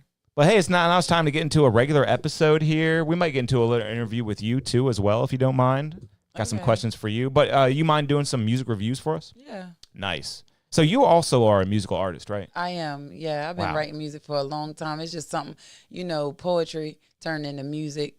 Okay, that makes a lot of sense then. So you started with poetry, started writing a little bit, and then started putting a little melody behind it. Yes, exactly. I like that. And guys, we're about to get into it, so make sure you send in your best music. You don't want to get roasted live on the show. And also, if you didn't know already, we got some big moves coming up, guys. Studio 2 with DJ KP. Live from McVito's, September 22nd. Live performances from Tommy Fishscale, and more to be announced. Hell yeah, guys. We're going on a big podcast tour. It's kicking off next week at McVito's, downtown Salisbury. You do not want to miss it. We'll be live, a live episode. We're inviting everybody, and I'm going to make it free. Free to enter. Just come on in. You won't even have to pay cover. Just pay for a few drinks. Have a good time with us. Tommy Fishscale is going to be turning up on stage. We got a whole bunch of other performers going to be turning up on stage. If you want to get a performance slot, hit me up, because this is going to be one of the biggest showcases in Salisbury in the past 3 or 4 years or something like that. So, guys, do not miss out. McVito's, downtown Salisbury, next Monday. Come join us. Come hang out. It's going to be a whole lot of fun. Oh, and Bob Gnarly's in the chat. Bob Gnarly, I should have invited you on this episode. You would have really cut up with us. He said exactly, people are taking short clips of longer content and running with it. Yes, they are. Yes, they are. Bob, did you just turn in? Because we just went through like how long of Kirk stuff? An hour of Kirk stuff, man. We just did an hour of Charlie Kirk. That is not normally how this show goes, but Charlie was my boy. I think very highly of him, and I need to let y'all know. Yeah, he definitely said things that needed to be said. Thank you. All right, let's get into the weekly. No, we already did the weekly warrant. Let's get into the music reviews. We're going to put the information up. It's finally time. Send in your best music.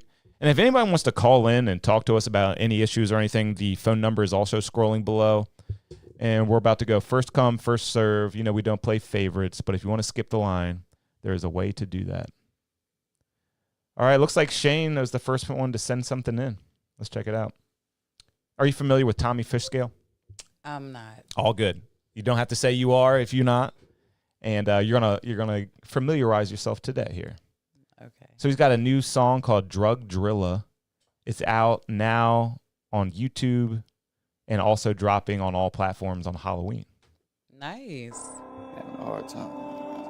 It's got a little visual with it. Hey, yo, watch how you holding the dope, dumbass. You gonna melt that shit. Stupid boy. First review of the night, guys. We do it on a scale from 0 to 10. Crap, trapping out my mama house. Trapping out my mama house. I was trapping out my mama house. I bust a lick and get right back to napping on my mama couch. Real trap crack, so dope before I shot it. Dummy stay trapped, all he know is narcotics. Rambo Cobra smack, got packs of that Molly. Zanny ball perk. A lot of drugs in this one. I pop that shit, shot that shit, stop that shit, drop that shit. Real zombie, wouldn't be here without Narcan. Swinging through that jungle, ready rumble, bitch I'm Tarzan. It's 13 in that bundle, go to work, no hard head. My J chased the dragon, smoking Fetty with aluminum. My rollie got that 40, unload it, let it boom it on. Unload it, let it boom it on. We trapping out that bando, flashlights and open candles, 223s. I feel like Rambo, selling crack, we selling scrambles. So crazy. I sold dope to my mama. Lot of trials, lot of trauma. Lot of choppers, lot of llamas. Lot of junkies, lot of zombies. I'm from the land of the walking dead. Car fentanyl, they shooting horse tranquilizers. Xylazine and Fetty, that shit knocking down the alligator. Thought that junkie overdosed, he woke up like an hour later. Damn, doggy put that smack down. WWE, yeah, bitch, I put that smack down. All right, we do 90 seconds, then we start talking about it. Not my style of like music, but I do like the way it sounds. Yeah. There's definitely people who love this style of music. Yeah, I can relate a lot to a lot of it. At the end of the day, I'm 35 now, so I didn't settle down. But baby, in my 20s, I get it. I don't know. You know, hey, I like the flow. You can tell he's speaking from what he knows. I like the flow. He's definitely authentic, and he pulls it off. He really does pull it off. It's that, you know, Skrilla. I heard of him. Rapper named Skrilla. Is that type of music? Yeah. Which is super popular right now.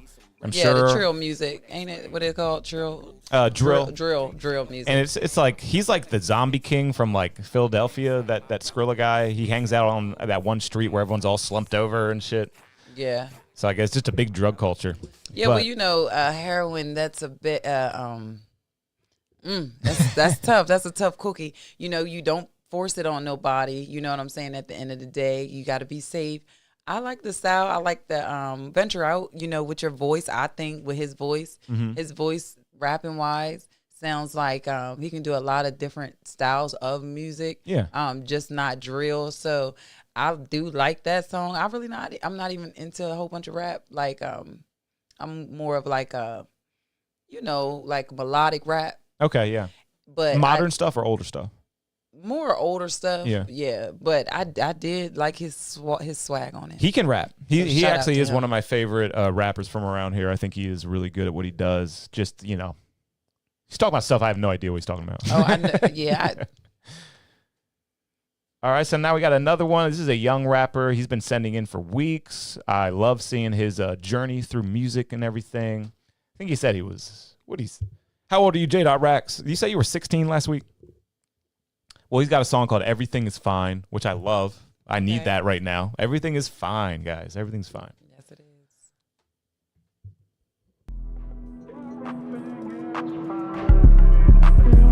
And if you ever not doing good on time, just let me know. You can leave at any point, but please stay for the whole show if you want. Okay. You know it is. What a bro.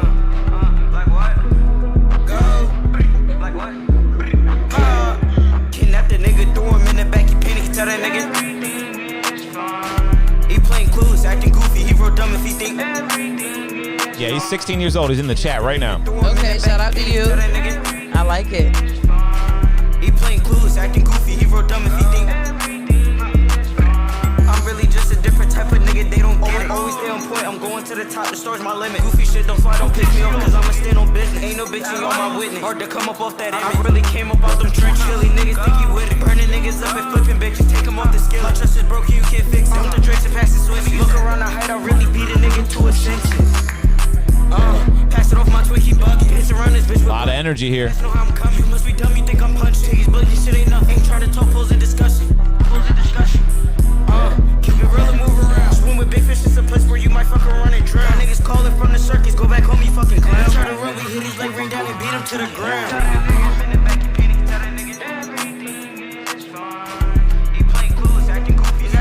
All right, that's 90 seconds for J.Rax. And you know what? I just realized we never rated the first song. We got to give it a rating. Okay. But we can just do it now. What do you think of the first song on a scale from 0 to 10? Which the first rating of the night is always kind of a big deal. Yeah. So it kind of sets up every rating after that. I'm always gonna be a tough cookie. I'm like, I give it about a.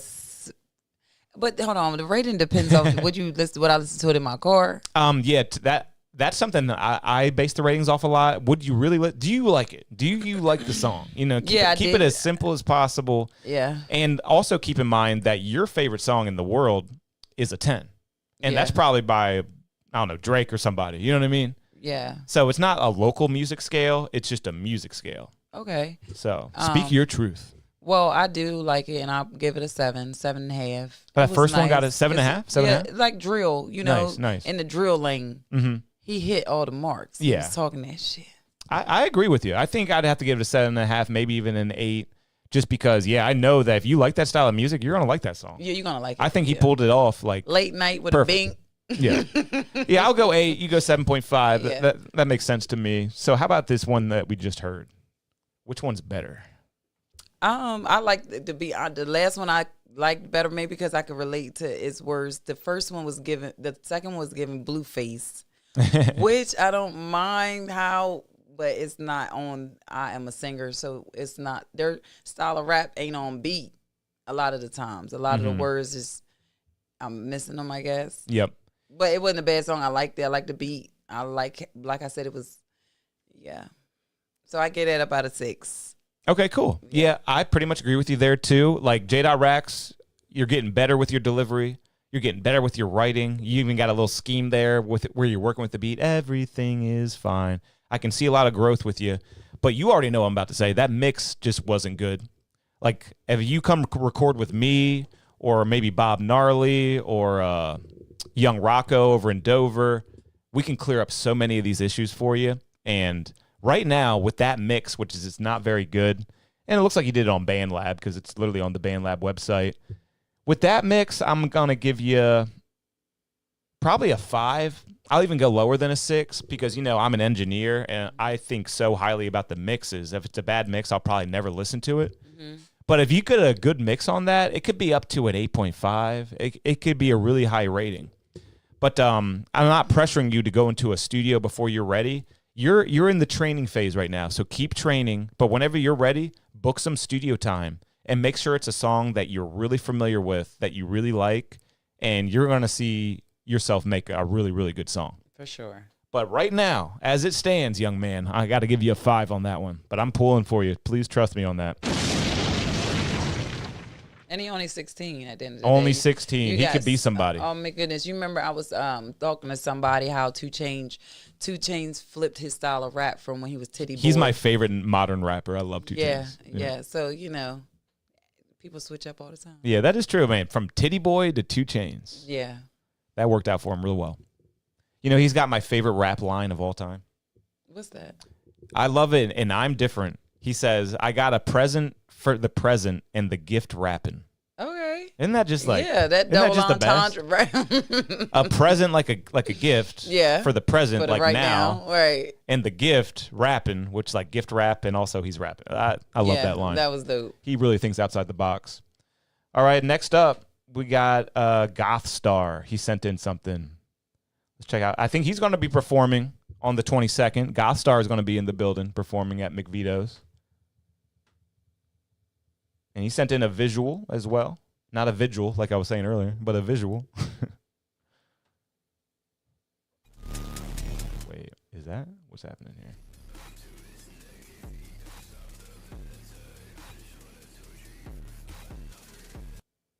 Cool, found that. All right, cool. Sounds that. Now we got Rem Dog. Actually, he goes by 2 names. Sometimes he goes by Rem Dog, and sometimes he goes by Goth Star. Looks like he's going by Rem Dog for this one. It's a song called Just Another Sad Song. Let's check it out. Okay. Oh, shit. Someone gave me a line skip. Thanks. Spiff just sent me a line skip, so we got to get into his track first. So, Rem Dog, you're taking a little back seat to the line skip. Someone just paid me a $5 donation. Hey, look at shout that. out to you. Shout out to BOE Spiff. Really appreciate the donation. Let's just make sure whatever you sent is in my email. Oh, it's right here. Hell yeah. So BOE Spiff, he's a rapper out of Delaware. One of my faves. He's got a song called Before the Deal. I like that title. Let's check it out. No, that trap ain't never closed. Gotta come get it fast. You ain't gonna get it sitting down. Better get up, nigga. Go get this shit. Let's do it. No, that trap ain't never closed, gotta come get it fast. You ain't gon' get it sitting down, gotta get off your ass. Been getting off since a little nigga, all I know is drag. Grind and go get a bag, put it up in the stash. We in the hood, bro, play the front, you know I got your back. I can't get caught up in the mix, I know I'm going fed. No, my price ain't never changing, I said what I said, nigga. I don't care about being famous, I just want the bread. Cuban on, roll the bus bustin' on me. It's like 2 something. 33, I keep that bitch around like who gon' do something, nigga. Got that shit around, I'm in the spot, wish I was lying. Put all that bluffing like you on that shit with me, just come outside, nigga. I been poppin' shit since I was young. I been knew I want that bad when I caught my first quarter onion. Plenty nights I used to drag, I fuck my back, touching my stomach. Fuck having fun, shit, that's the reason right there. I just want the money, nigga. Facts. I can take a trip right now and get it back. Yeah, song of the night so far, I'd say. Had to move the bags, but I'm a real nigga. My broski need a lawyer, I'm doing that. Know a nigga I gave shit to and it still ain't make it back. Got a cousin I front shit to, he fell off, start doing bad. Ain't got no hand for no grown man, better get up and off your ass, nigga. You say you want this shit for real, better go punch a clock. Better go get a load. Grinding can't never stop. Know that trap ain't never closed, gotta come get it fixed. Yeah, his voice cuts right through the mix. I love it. Get off your ass. Been getting lost since a little nigga, all I know is drag. Grinding, go get a bag, put it up in the stash. We in the hood, bro, play the front, you know I got your back. I can't get caught up in the mix, I know I'm going fed. No, my price ain't never changing, I said what I said, nigga. I don't care about being famous, I just want the bread. 3 in the morning, got an old lake round the corner, I'm on the way. Do this shit with fucking ease, get in that mode, shit ain't about nothing. Broski hit me, we probably finna chop it up, talk about money. Rock this with me, love my young nigga to death, you know how we coming, nigga. Anywhere I go, I'm fucking trend. I have a bad bitch eating dick up, roll my shit up and take her home. Base a nigga, a mirror T, white lows, we stench, be my cologne. Give me an M, I'm still the same one, loading up roasts in the bone. Waiting on that BOE, they like what the fuck this nigga on. Before that deal. Man, Birdie already gave it a 9 in the chat. Hell yeah. We still on that same shit, nigga. It ain't never changed. I was broke as shit, I had to run it up, get me some change, nigga. Know that trap ain't never closed, gotta come get it fast. You ain't gon' get it sitting down, gotta get off your ass. Been getting off since a little nigga, all I know is drag. Grinding, go get a bag, put it up in the stash. We in the hood, bro, play the front, you know I. Bobby Lewis gave it an 8.5, says he's elevating. Oh, yeah. BOE Spiff, man. He's about to have a hell of a 2026. I like that. We're going to let the whole song play because of the line skip, the donation. Really appreciate you. But not just because you donated. I think that was the song of the night so far. Just the mix was great. It sounded very professional. I could actually see that going over the radio or something like that, or you know, for like a hip hop station or something. And his voice. I mean, his voice cuts through the mix like the big guys do. You know, quality of voice is a big thing, and I don't mean like singing well. I mean like literally just the frequencies in your voice. He's got the right frequencies to make like a hit rapper. Yeah, for sure. Yeah. Yes. So I'm gonna give him. I'm struggling. 8.5 or 9. What are you thinking? I give him a 9 for 9. sure. I'm going 9. I like go the trap motivational vibe. You know, the admitting, you know, I was hungry, so I got to get up and grind and get it. You know, we literally was just talking about that. He remembers you know when his stomach was touching his back. Come on, I remember hearing that. Yeah, exactly. So that's, hey, I was hungry, I got to get up and get it. And that is the message that you given. You was telling them that don't be afraid to go to work. Yes. You didn't say go out there and rob somebody. You said go and punch a clock, go get some money. I can definitely get down with that, man. That's going to help society right there. Yeah. And also, he's saying a bunch of kind words in the chat. I appreciate the love, man. Before the Deal album on the way. BOE Spiff on all platforms. Go check him out. BOE Spiff. 2 Fs. All platforms, guys. Look him up if you like that. Nice. Man, no one wanted to listen to the Charlie Kirk stuff, but the chat's building for all the music reviews. I knew we'd get him back. I knew we'd get y'all back. We're having a good time. This is the Eastern Shore's #1 live interactive podcast. Hop in the chat. We are broadcasting live from Salisbury, Maryland right now. We're on YouTube, we're on Facebook, and we're on Twitch live at the same time. And this is episode 137. Let me go make sure, because on Facebook, I got to accept the tag. Let me make sure I didn't accept this tag. Hey, do what you got to do there. All right, so we were about to do Rem Dog, and then we got interrupted by a line skip. Appreciate the donation. But let's get back into Rem Dog here. Oh, yeah, let me share it because it's not. Okay, yep.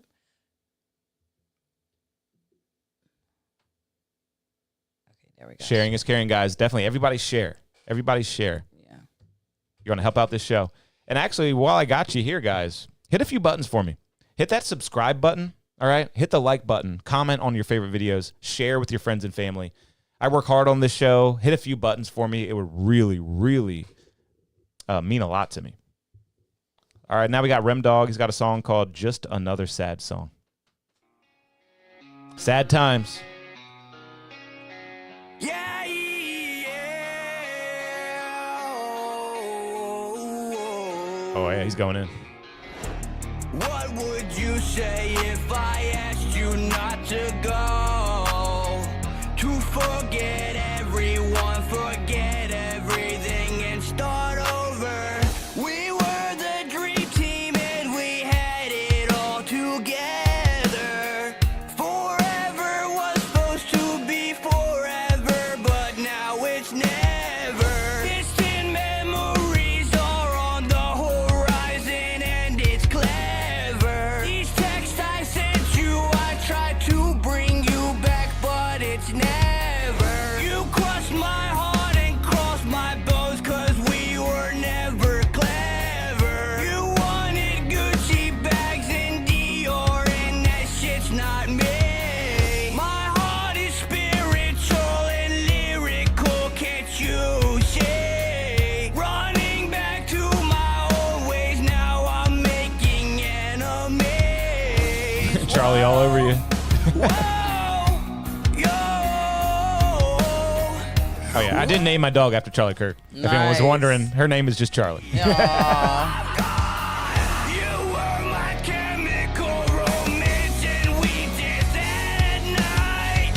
All right, that's 90 seconds for Rem Dog. And just got to be honest, maybe it's off key or something like that, but I might feel a little embarrassed if I was playing this at a red light with my windows down. You know what I mean? I just got to be honest. It'd be the vibe I get with the style of music. And I like the was style. waiting on a hook though. I was Mhm. given that seemed like he was gonna have a nice hook to it. It seemed like how when no beat, just straight straight through. Yeah. Yeah, I like the ambition he has, Yeah. because he's doing a real ambitious track here. He's got the punk rock vibes. Yeah, I like that. I He's like singing. it. I mean, he's really singing his heart out. Yes. He's screaming. Yeah, I like that. Yeah. The mix seems a little amateur, maybe. I can't really put my finger on it, but when I Maybe listen it's to the it, mix. Yeah. yeah. But I can see the vision. I can see where he's going with it. Mhm. Yeah. And I definitely, I like Rem Dog. He's an artist that I like, but just being honest, Oh, that's the hook right there. yeah.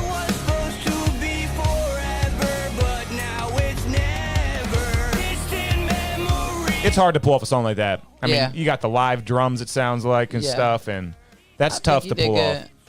Yeah. I'm gonna have to give him a very respectful 5, I think. I give it a good 7. Okay, there we go. Hell yeah. We love it. We love it. Rem Dog, you still my dog, and you're still performing on the 22nd. But like you said, you're an engineer, so you can Yeah. hear what needs to be Yep. fixed. Yeah, I've been running a studio full time for over 10 years. Okay. Yep.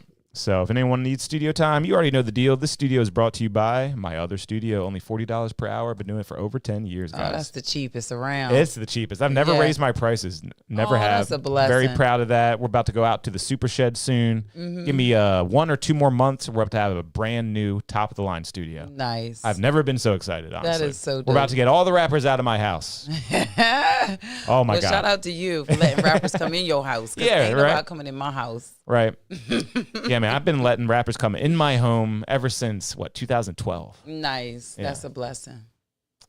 And y'all been very, very respectful, too. So thanks. Thanks for keeping my house nice. We've had our share of incidents, but overall, I'd say it's gone pretty smooth. Yeah. Okay, next up, we got a new guy. Never heard of Oxy before. And they sent in a SoundCloud link, and it's called Fanta Love Song. I'm fascinated. How do you go about mixing songs that you particularly don't like? It happens a lot, honestly. Okay. And you just got to make it sound as good as you can, because like sonically is different than like style. So even if the style is something I don't like, I can still mix it. You know, Okay. I can still mix the fuck out of it. You Yeah. know, it's gonna sound, even if I don't like the style of music, I can get it to sound good. Gotcha. Because it's all about EQs and frequencies and compression and Okay, you know, and you can get the vocals matched with the sound. Of exactly. The, right. Add the effects that need to be added and stuff like that. Okay. Yeah, it can be a little challenging though. Definitely. When you're in there pulling your hair out like, oh, I can't listen to this anymore. But most of them are really, really good. I love all my clients. All right, let's check this out. It's called Late Night Chat with, man. So I guess the artist's name is Fanta Love, which I kind of love that name. And then the song is called Late Night Chat with Alexa. I'll let you see it. Can you read that? It says Alexite. Yeah, your guess is better than mine. Yeah, but that's the song name. Let's check it out. Yeah. Share the live, everybody. We scared everyone away by talking about Charlie Kirk. We got to get them all back.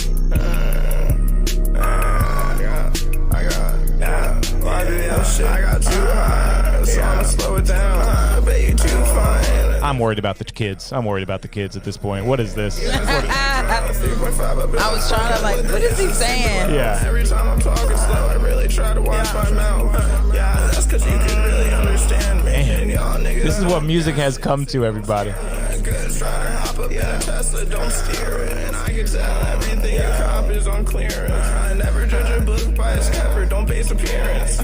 Yeah, so I ain't judging her. I'd put this song in the horror genre. What is this? This is disturbing me. What's Rio say? Birdie Robinson is not feeling it. I don't know what those emojis mean, but I don't think she's feeling it.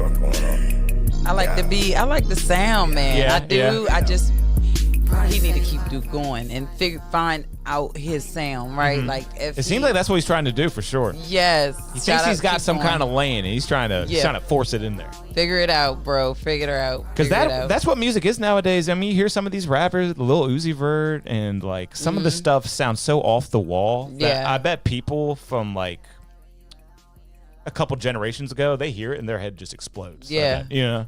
Yeah, for sure. I hear it's given like, you know, in the singing era, like a Macy Gray, a whole different sound, but try to walk it'll away, work. but I stumble. Yeah, you just got to figure out, you know. He was raspy as hell. She was definitely raspy. Yeah, so it's like find that right melody and then stick with that guy because I can hear something. I can hear it. I like the beat. I could see his generation liking it, but me, a millennial, I don't quite get it. Okay. Right? Like, almost felt like I was abused in the ear a little bit. You know? I feel like Billy Madison. I was physically abused in the ear. But, you know, I could actually see your friends liking it and everything. Like, I get it. I just don't get it. You know what I mean? If that makes any sense. I liked it. I did. It annoyed me more because like the mix of it in the beginning, they had him double. You know what I'm saying? It's like he was like, and then it had it in the background. Take one of the uhs out. Gotcha. You know what I'm saying? Maybe stacking it a little too high. Stack that too much. Like don't put too much already on a you know what I'm saying, on a raspy type of sound, because then you're making it like a static. That's a good point. That's actually a really good producer's point. Yeah. Certain voices, you don't want to stack too much. And Birdie Robinson said, what's sad is this would somehow make it on the radio in this world. It would. To be honest, I liked it. I think he probably need to perfect it a little bit. Like I said, take some. Are you listening to that one at the red light with your windows down? Blasting it? I probably would. There we go. I like it. Yeah, man. Hell yeah. Hell yeah. I love it. I like the sound. I love different sounds of like, you know, like, because me, I sing and I'm more of a neutral singer to where I sound like somebody else. I like people that don't sound like nobody else, and he don't sound like nobody else. Things can get repetitive. It's nice to shake things up, and he's shaking things An alternative, right? He got a natural alternative sound. So we just got another line skip. Thanks, C Brew. Yeah. So I guess C Brew, you're next. What up, C Brew? And he's great. You know C Brew, right? Yes. I'm supposed to make it to his podcast, his listening session. So one day I'm gonna definitely make it over there. Anyone who comes on this podcast, I always try to send it over to him. So that's awesome. He's got the No Chill Zone every Saturday and Sunday night. He's been working hard. We're the only two really doing the podcast thing like that. I mean, to be that consistent with a podcast is tough. People don't realize how hard that is. Yeah. But when you love it, I guess it's not that hard. All right, so we got to find C Brew's submission. He's got a song called Do It. All right, let's check it out. Do It by C Brew. Whoop, we got to silence that. Girl 35 getting sleep. I know, right? Yeah, I'll probably do about a half hour more of episode. So if you can agree with that, stick around. But if you do got to get to bed, I totally get it. I totally understand. We good. All right, so we got Do It by C Brew. Got some flanger on that beat. That's kind of cool.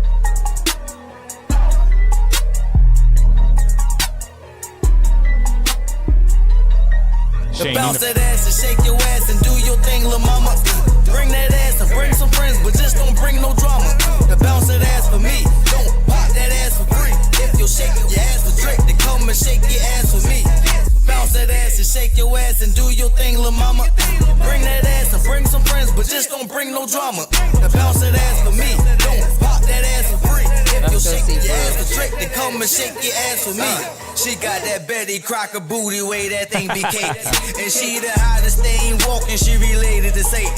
And the ground started quaking when that ass be shaking. She smell like that cocoa butter, baby, let me taste it. She got that cornbread booty like she is Jamaican. She got that rice bed booty, she must be a Haitian. She be throwing that country booty, she must be Caucasian. That cancel him. He's racist, y'all. He's racist. Cancel him. Seabrew's a dirty racist, y'all.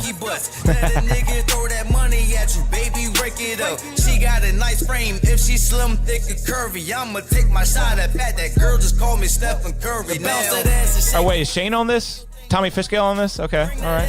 Bring some friends, but just don't bring no drama. The bounce that ass for me, don't pop that ass for free. If you're shaking your ass for trick, then come and shake your ass for me. Bounce that ass and shake your ass and do your thing, lil' mama. Bring that ass and bring some friends, but just don't bring no drama. The bounce that ass for me, don't pop that ass for free. If you're shaking your ass for trick, then come and shake your ass for me. I told her, take your pants off and swing that ass like That's Tommy Fishkill. Fruitlin in this bitch, ride deep and we got hella choppers. Shorty finna shake that bitch. She just left the doctor, hips rock, she gon' bust it open. Had that pussy pop. Drop that ass to the floor, she hit a split on the dick. Put this Glock to your knot and put a split in your shit. I'm in this bitch, I brought the grip and the ganja with me. Shorty trying to throw that ass back, she want me throw these 50s. Bitch wouldn't get a dub, she barely get these 5s and 1s. Tricking on these bitches, these birds don't get my chicken. Told her pop that shit, told her shake that bitch. Hard, thick, and bubble gum, that's all she gets. Nah, go ahead. Bounce that ass and shake your ass and do your thing, lil' mama. I like it. I like the track. I got some critiques on the mix, but the song itself, I like a lot. And Seabrew's definitely implying that if you shake your ass for him, he's going to pay you, okay? He says, don't shake your ass for free, shake your ass for me. Yeah. He's got a stack for you if you shake that. Well, that's nice, Seabrew. Yeah, man. Keep paying those girls. Oh, boy said he ain't paying the thing. He just giving some heart and some bubble gum. It must be good. So you got a rating for that song? Yeah, I give it a 7. 7? Yeah, I liked it. It's not nothing that I would necessarily play me myself. I don't know what it was. I don't know, but I give it a 7. I do like to shake my booty, but I would like to hear more drums. Like, okay. You know, I guess for me to get up and shake it. I mean, yeah, I give it a 7. Cool. I pretty much agree with that. I'd probably go 7.5. And as far as like a mix critique, the highs were definitely screaming in the vocals. And you could smooth that out by adding a little bit more of the low frequencies back into the vocals and a few other things like that. Just seemed a little harsh in my headphones. But still really liked it. I mean, that's a great track. It's well written. And Tommy Fishkill with your verse on the second verse. I mean, it's great. You really know how to rap. He does. Bertie Robinson said, yeah, it needs some more bum, bum, bum. So I guess it needs some more of that. Yeah, because you want some booty shaking, so you got to have that. Mm-hmm. And yeah, and also the highs were screaming probably because the vocals were up a little bit too high. So you turn the vocals down, you get the low frequency back in the vocals, and you turn that beat up, and that could actually fix a lot of issues. Okay. Hey, thank you, Seabrew. Friend of the show. The Great Podcast Alliance of 2025. Keep going, Seabrew. Keep going. Yeah, he's the man. You got a good lane. All right, next up we got the Prez. He calls himself the President of Delaware. He goes by B. Lou. He's been in the chat tonight. B. Lou. Intro to a new EP, The Pain Tape. So this is an intro to a little project called The Pain Tape. A lot of sadness, a lot of pain in this world, I tell you. It'll be all right. It will. Just like that other song. It said, I think it was called Everything's Okay. Everything's fine. No, I won't. Nah. You did. You you ever felt alone in the crowd with nobody to hold you down? Searching for a better way with nobody to show you how. It's getting hard for me to see clear. Some days I hate to be here. Lost everyone I loved and now they resting up above. Is there a heaven for a thug? If so, I hope I make it in. Got a lot of wrongs to right. Now's the time to make amends. Never been into making friends. Been too busy making ends. As soon as you silence the crowd, it's like they hate again. No time for all the why me's. My rap book's like a diary. Received the day I married the beat. Call it a diary. But a bad boy like Larry, a shooter like I'm Kyrie. I'm all about that bread for that day's loaf. Bitch, don't try me. Sorry to let my haters down. Gotta watch a nigga pop and shit. Time to make these haters mad. These fuck niggas, they not on shit. We lost some friends along the way. Went recruited more niggas. Got the haters out the way. Now all you see for sword niggas. Haters prayed to see me go. Instead I made them watch me grow. Traveled down that rocky road and found the unbelievable. Now the unachievable is right here in my grasp. Hope all my people proud of me and all my haters mad. I'll never. Yeah, he can really rap too, can he? Yeah, that's a good song. That's a guy who's been rapping for a little bit. You can just hear it. It takes years of practice. And very heartfelt. Mix sounded a little plasticky to me, if that makes any sense. That word makes sense to me, though. With the perfect mix, that could be a perfect rating. And I'm not saying the mix is bad, too. I'm really not trying to pick on all these mixes like I'm like the best mixer ever or something like that. But still going to give it I'm going to give that one an 8. I liked it. What do you think? 8, I give it a 7. 7. I liked it, but I give it a 7. Yep, I like it. I like a lower rating. I like a tough judge. It's cool. Not that it's even that tough. Yeah. Because, some people have come in and they'll give a song like that like a 5 or something. I'm always like, wow, that's kind of cool. But yeah, B. Lou, thank you so much. Hopefully you can perform coming up on Monday at McVito's. We're looking for more performers. Hit me up if you're looking for a slot. Birdie gave that a 7.5. Seabrew gave it some flames. And we're just going to get through a few more of these reviews before we sign off, everybody. Oh, yeah, they're still coming in, too. Let's go. Now we got music submission. It says cash in and then B4T. This is the info I got. Okay, no, here's more of a message. My name is Leo, and I'm a cameraman, and I work directly with the artist Cash in B4T. I want to share some of his music. I attached 2 of his songs. I also left 2 of his music links and his Instagram link below. If you want to share, download it, please. Nice. I like it when people do that because a lot of times people just send an MP3 with no information at all. Yeah. So, even if we liked it, we can't even promote you because we don't know who you are. Right. So we got the information on this one, but we can only play one song, so I'll let you pick it. Do you want to hear Look and Smell Good, or do you want to hear Blessed?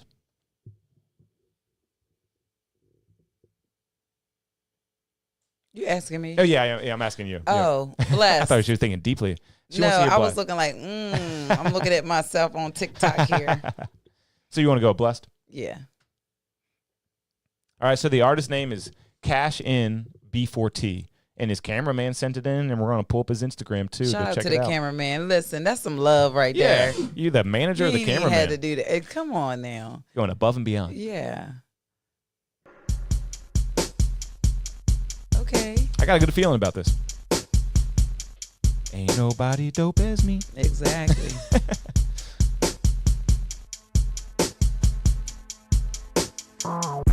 It literally is that. Wow. Little So Fresh, So Clean sample. This how I look when you bless.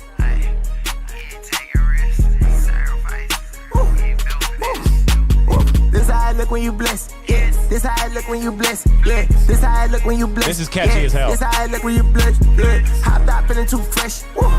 10 out of 10. Nice, she's loving it. Hey, Birdie Robinson's out of here. She got to go to bed. Thank you for tuning in, Birdie. We'll see you next week.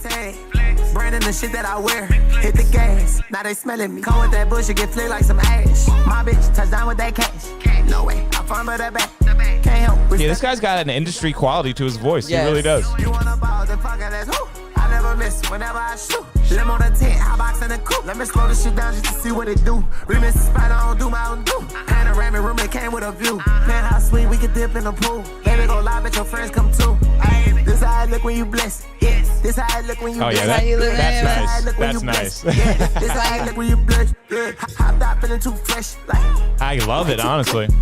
Outcast feeling so fresh. Like, Hey, this how you look. Oh, we're gonna get copywritten. We're turning that off. That was hard. Damn. I mean, the mix was a little muddy in the vocals, and 90% of the time, I'm telling people that there's not enough lows in their voice. But this time, you cut out too many highs in your voice. That's what made it muddy. So get more of the highs in there. Get the low pass filter off of it. Just turn it off, and then boost some of the highs like at 7,000 hertz and above. And that is going to be perfection, my friend. Like, Free trust game, me. free game, free Trust game. me. Because you got what it takes. Like, you have the voice, you got the swag, you got the vibe, you got the delivery. Yeah. But you cut too many of your highs out of that EQ. Let those highs rip, man. And it's going to sound even better. I like it. So you gave it a 10, right? I did. Nice. I already knew from the gate. I know when it sound good from the giddy. That's how you look when you're blessed. Hey, like you said, it's catchy. It is. It's a vibe. With a perfect mix for me, that's a 10. With the mix as is, I'm going to give it I'm still going to give it a really high rating, like an 8.5, because I just loved it. I could actually listen to that. Yeah, me Even too. with that mix, I could listen to that. And yeah, we got a special sound for 9s and above. You gave it a 10. I love hitting it. Hell yeah. Spirit fingers. And let's check in on my my robot assistant, see what she thinks of the track. They just got a new RoboFan, and I am not talking about the oscillating kind. Oh, look at that. She loved it too. Oh, my goodness. Look at that. Stupid shit. All right. Let's keep it going. Looks like we got time for probably 3 more before we sign off. And next up, we got... I did send my baby daddy's ATL. Oh, you Bama. did? Oh, that's this right here? Yeah, let's It play that is. now. You're the special guest. Let's go ahead and play that. Shout out to my baby daddy, ATL Bama, Antonio. I think it's Antonio Lavelle on Facebook. Okay. He was signing Young Jeezy. Damn. He got stabbed up at Lucky Lounge. It's crazy that Jeezy and DJ Drama is doing a reunion, and my baby daddy was stabbed during their beef. Wow. So that's really, it's probably hard for him to see. Damn. You know, just how everything played out, and he the one that got stabbed up. So shout out to Bama. We playing your music all the way in Maryland. What it do? I'm about to subscribe right now. So this is ATL Bama. ATL Bama. He is Bama. He's a character. So thank me later. Nice. Maybe we'll have to get him on the show via Zoom sometime. Oh, That'd yes, be and he cool. would love that. All right, so this one's called Can't Do Fake. At all. He got some hits, though. That's just one of them. All right, we're meeting somebody new right now. Let's go.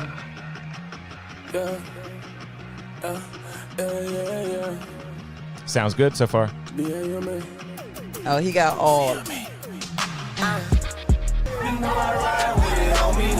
Got the crowd vocal in there. Okay. Good mix. Can't do fake, can't do fake. Quit smiling in my face. Quit trying to eat off my plate.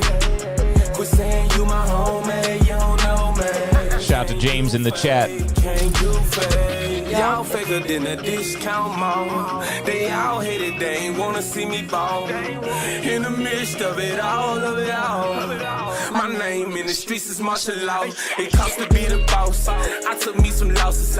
I need me a car to be no disrespect the outfit. I don't even watch TV, they lying when they talking. Don't need you to vouch for me, they twisting when they walking. I'm saucy. Look like I jumped up out of coffin. Loony like Marvin the Martian. BAM, they always known to hit his target. Superman Clark Kent. It gon' make sense in a minute. I knew I was gon' be rich from the beginning. And I told them all, but they ain't hear me. Got the whole neighborhood out there for the video. Yeah, he owned his own ice cream business, his own food truck. Dude, that's yeah, cool. On Old National. He's on Old National right there. He's got to turn that ice cream truck on. Everyone comes running. Yeah, they love him. Can't do fake. Hey, let's go, baby dad. This is cool. Even got some guitar in there, man. And who made this beat was Ton. Ton's a whole nother story. Okay. I've been grinding for a little minute. Yeah, the beat's cool. Took some time, took a bigger ticket. If we could rewind time, you will see the He just right there. Don't need Instagram. Rest in peace, time. Let's go. Beautiful. Y'all amateurs. Throw it off like a bike with no handlebars. I'ma ride with my homies while the ride. Oh, and Tommy Fishkill says, yeah, that Nana joint tough, I heard of yo. So he's heard of him. Shout out to my baby dad. Let's go. Yeah, Tommy Fishkill, he's in the know. It doesn't surprise me that he knows him. She just play too many games and I keep giving up. No, he said that Bama joint hard. I heard of yo before. That's what he said. Yeah. Bama, acronym for beat a motherfucker ass. Oh my God. Let's say one of us. Yeah. Nice. We're going to turn that down and start talking about it. I like it a lot. Thank you. Very yes. industry. He's got pretty good views on it too. Looks like he's pretty popular. Yeah, he is. He's really popular. He got groupies. Being with him, like really, being with him was funny because I had to play the back, and because he was already signed to a major label, so all the BMF crew, everybody knew him, you know. So us going around, they were like, he's like their little brother. Mm-hmm. So I'm just like the little just behind him, you know. It was fun. I had that's how I know Kibo Gotti and all of them, and it was in I was in the DJ Screen Waka Flocka Gunplay. So like Kibo Gotti was on like Grove Street. Was he on Grove Street? Was it Grove Street? Something like that. It's Riverdale. You know, he was with Waka Flocka. You know, they did their it's a party. He's on that song, right? Yes, Jeez, man. And then you know they started beefing. Man. Yeah. Mm-hmm. Well, if he's still getting royalties from that song, he's probably well off just from that one. Oh my God. Probably. But he took, when I remember I was saying he took in so many people. Oh, so I don't even when I say it was probably some people do 20. give too much, don't they? Yeah. Well, it's kind of. Yeah. Yeah. It might be worthwhile because you are changing people's lives for the better. You know. Yeah, but hopefully it reciprocates at the end of the day. You know what I'm saying? Because he did show so much love, and hopefully the love definitely reciprocates. So Kibo Gotti, they don't even know we talking about them in Maryland, but shout out if you find out. That's right. Hey, it's all good though because he's got a whole lot of money and bitches count it for him. Indeed. All right, let's keep it moving. But yeah, I guess we got to rate that. I'm gonna give him I'm gonna go 9 because it is an industry song.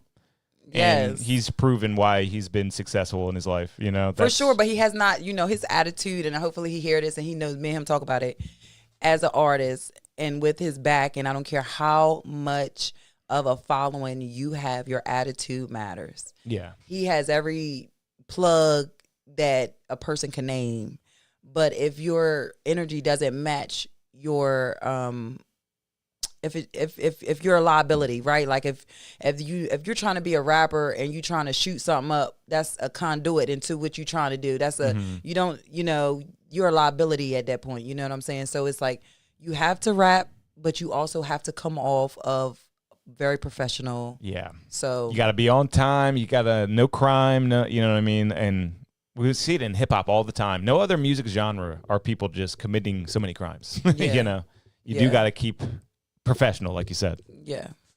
Because everything could be taken from you. We see rappers, it happens to rappers all the time. Yeah, and then that's him. Like he hasn't got, like he got a story. He was homeless when he was homeless, and he started out, him and Tobias Tate, that's his brother. Tobias Tate is on Love and Hip Hop. And so that's who took him in. Tobias Tate took his family in. So not only does he have like a story, he has that. So it's like when I got to Atlanta and when I met him and seeing all these people, I'm like, why aren't you on yet? You know what I'm saying? Mm-hmm. But like I said, it's more than just music. Yeah. Yeah, well put. Let's get into 2 more reviews. We got Trell Money. He's got a song called The Bid, and I got to let Charlie out. I'll be right back.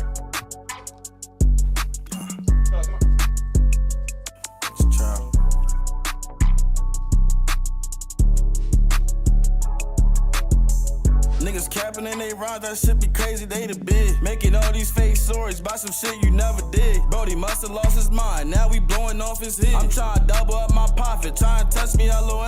Niggas capping and they rhyme, that shit be crazy, they the big. Making all these fake stories about some shit you never did. Brody must have lost his mind, now we blowing off his head. I'm trying to double up my profit, trying to touch me LOM. I'm only focused on that money, you either eating or you starve. I was sitting in the back, but now I'm whipping out that car. We call that that nigga on feet, he turned into a track star. All that faking for our image, boy, that shit won't get you far. I remember when Pop Star, I felt that shit all in my heart. I was ready to catch a body, ready to see that black spot. It seemed like when you doing bad. Sounds like he's got to find his voice. That's Yeah. what it sounds like to me. The voice is just not quite there. Play around, but never do shit for the kids. Ain't got no emotion, y'all just sit around, bro. Lost too many men, I'm trying to even out the scope. If I'm running in your spot, I need everybody on the floor. Soon as the T's drop, the fiends nodding on the wall. If you never took a loss, then you probably never get it. I be in my own lane, I don't Yeah, it's just so monotone to me. It just seems like if you wrote that for someone else, it might sound better. It's a poetry rap. Yeah, it seems like it. Yeah. It's spoken word or something. Spoken word, that's what I meant. Not a bad written song, but something about it just seems like you haven't found your voice. Keep looking for that voice. Your Try swag. Try to find interesting ways of delivering that. Yeah. Try some off-the-wall shit, and you might find your voice, you know. Facts. Right now, I'll give you a 6. Same. All right. What else we got? Looks like we just got one more. And all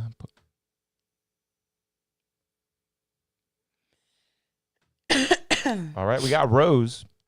He's got a song called "Lose It," and he's I like Rose. He's always fire. It seems like. Let's check it out.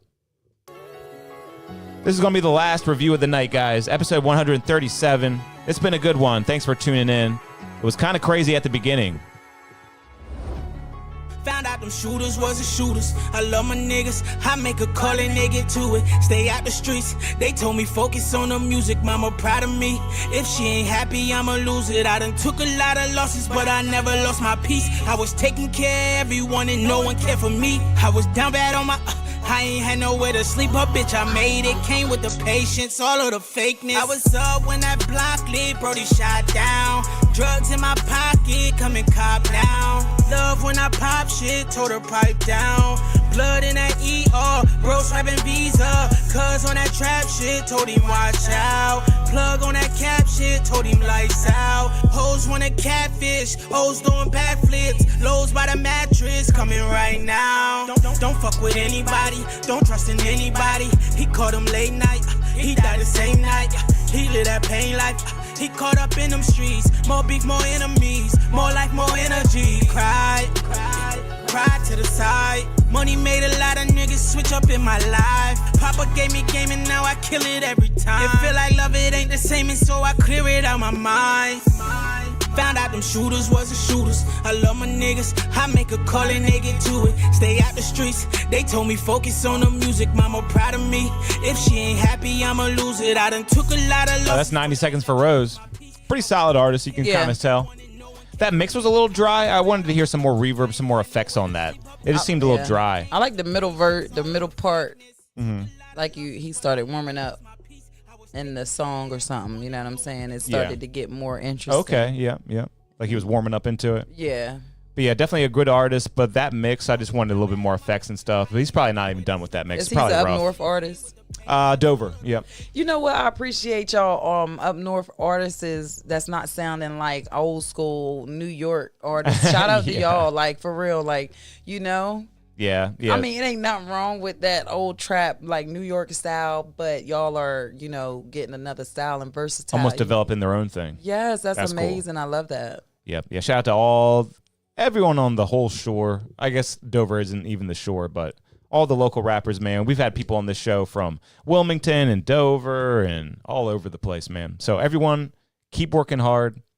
We're here for you. Make sure you keep sending in your best music. Get that critique, get that feedback. It's very valuable for young artists. And I guess we got to rate that one. Did we already rate it? No, I give that about a 7.5. I did like like I said, that middle part. I was like, okay, cool. I'm feeling it. It's like that first part was dry. So figure out, like, they get some more spice in that beginning. It was more so. You definitely want to catch them in the beginning. So that's really important. Yeah, I'd agree with that. I'll go 7.5. I'll go 7.5.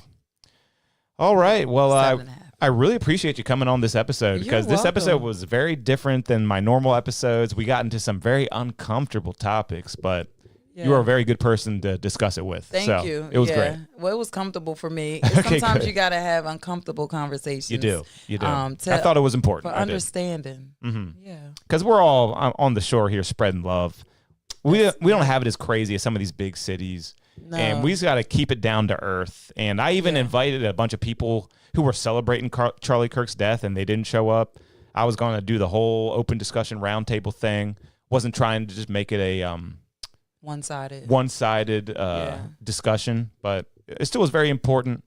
I like what we got out there into the world, and I'll probably clip a bunch of clips and tag you in them too. Okay, thank you. I appreciate it. Anything you want to tell our fans before we get out of here? Anything you want to promote? Definitely, the floor is yours. Oh, thank you. Well, no, you can just follow my page, Jermara Roche.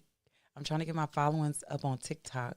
Oh, So yeah. if you can follow me on TikTok, I love TikTok. Other than that, no, you can follow my page, Jermara. I'm always doing something, planting my little peppermint plants, my aromatherapy, or coaching, or just doing something, positive.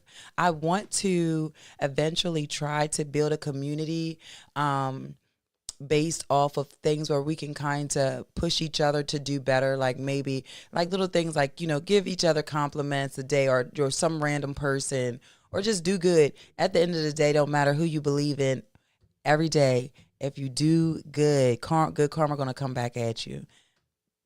So I'm interested in these peppermint plants. So I did a little diving. I found them on your Instagram. Mm-hmm. Nice. So you're into some gardening, or however you want to put it? Yeah. So the peppermint obviously is good for a lot of different things, just healing purposes. You can go up to a peppermint plant and squeeze it, smell your fingers, and automatically your body. So with our body being, we want to take care of our inside, right? So at the end of the day, when we smell those plants, it does something to our nervous system. Yeah, wake something up. It relaxes our nervous system and brings up those endorphins. And so, little things like that, if you can do little things every day, like small things count, So it all builds up. So I started planting that, and then I got just little flowers. And what's crazy is about plants is you can have something that looks dead.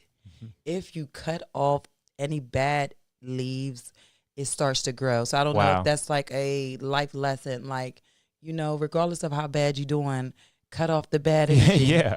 And grow, Yeah, that's awesome. I probably a coach. Again, I coach basketball and volleyball, but my girlies, and I don't know,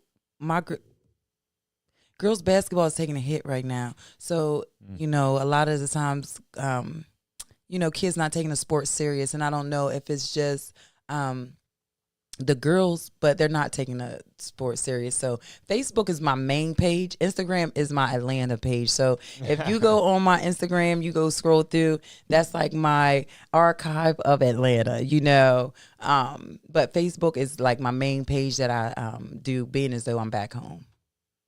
All right. Yeah, I'm going to pull up your Facebook real quick. Okay. Yeah, she's definitely a good follow on Facebook, guys. I love the dance. I love the line dance. That's my business. I have in fruition. It's called Shifter. So it's to teach people how to drive a stick shift. Oh my gosh. Yes. That's nice. Some people need that. Yeah, definitely. Yeah, so pray for my business. Wow. That is a real entrepreneur right there. I've not heard of that, but it makes sense. And if you're into line dancing, you got to come out to Hoppers every Thursday night. We do some crazy line dancing over there. But yeah, guys, it's been a good episode. Actually, I got to plug my things really quickly. This studio is brought to you by my other studio, $40 per hour. Been doing it for over 10 years. If you're not in the area, just $50 per song. Send me the stems, unmixed, unmastered. I'll give you that world-class quality. I'm also on your favorite radio station, Power 1017, every weekday. And that flyer's wrong. The show is so hot, they extended it another hour. Nice. 3 hours every weekday from 3 p.m. to 6 p.m. Old school versus new school. It is the best show on the radio. And I'm also a very lit DJ. Make sure you follow me to figure out where I'm going to be next. I've been doing a ton of weddings. If you're getting married, I'm your guy. Make sure you hit me up. I will make that the most special day of your life. I know that's right. Shout out to DJ KP. Thank you. And I even got some music out, guys. I got a EDM banger out there.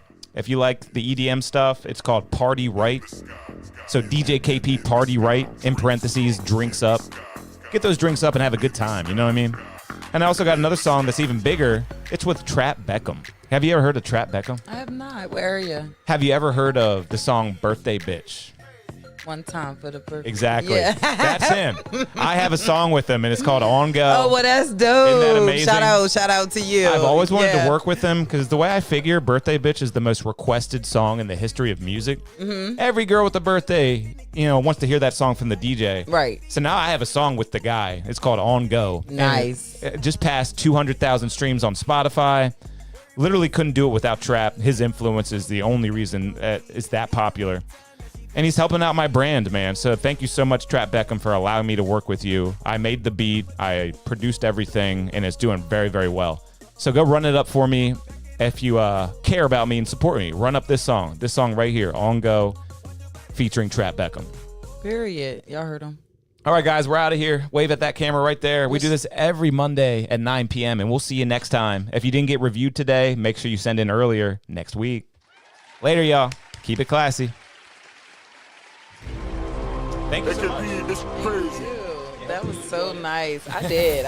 Studio 2 with DJ KP. Yeah, not a lot of people would have done that episode, so I definitely appreciate it. Oh, yeah. No, that's horrible.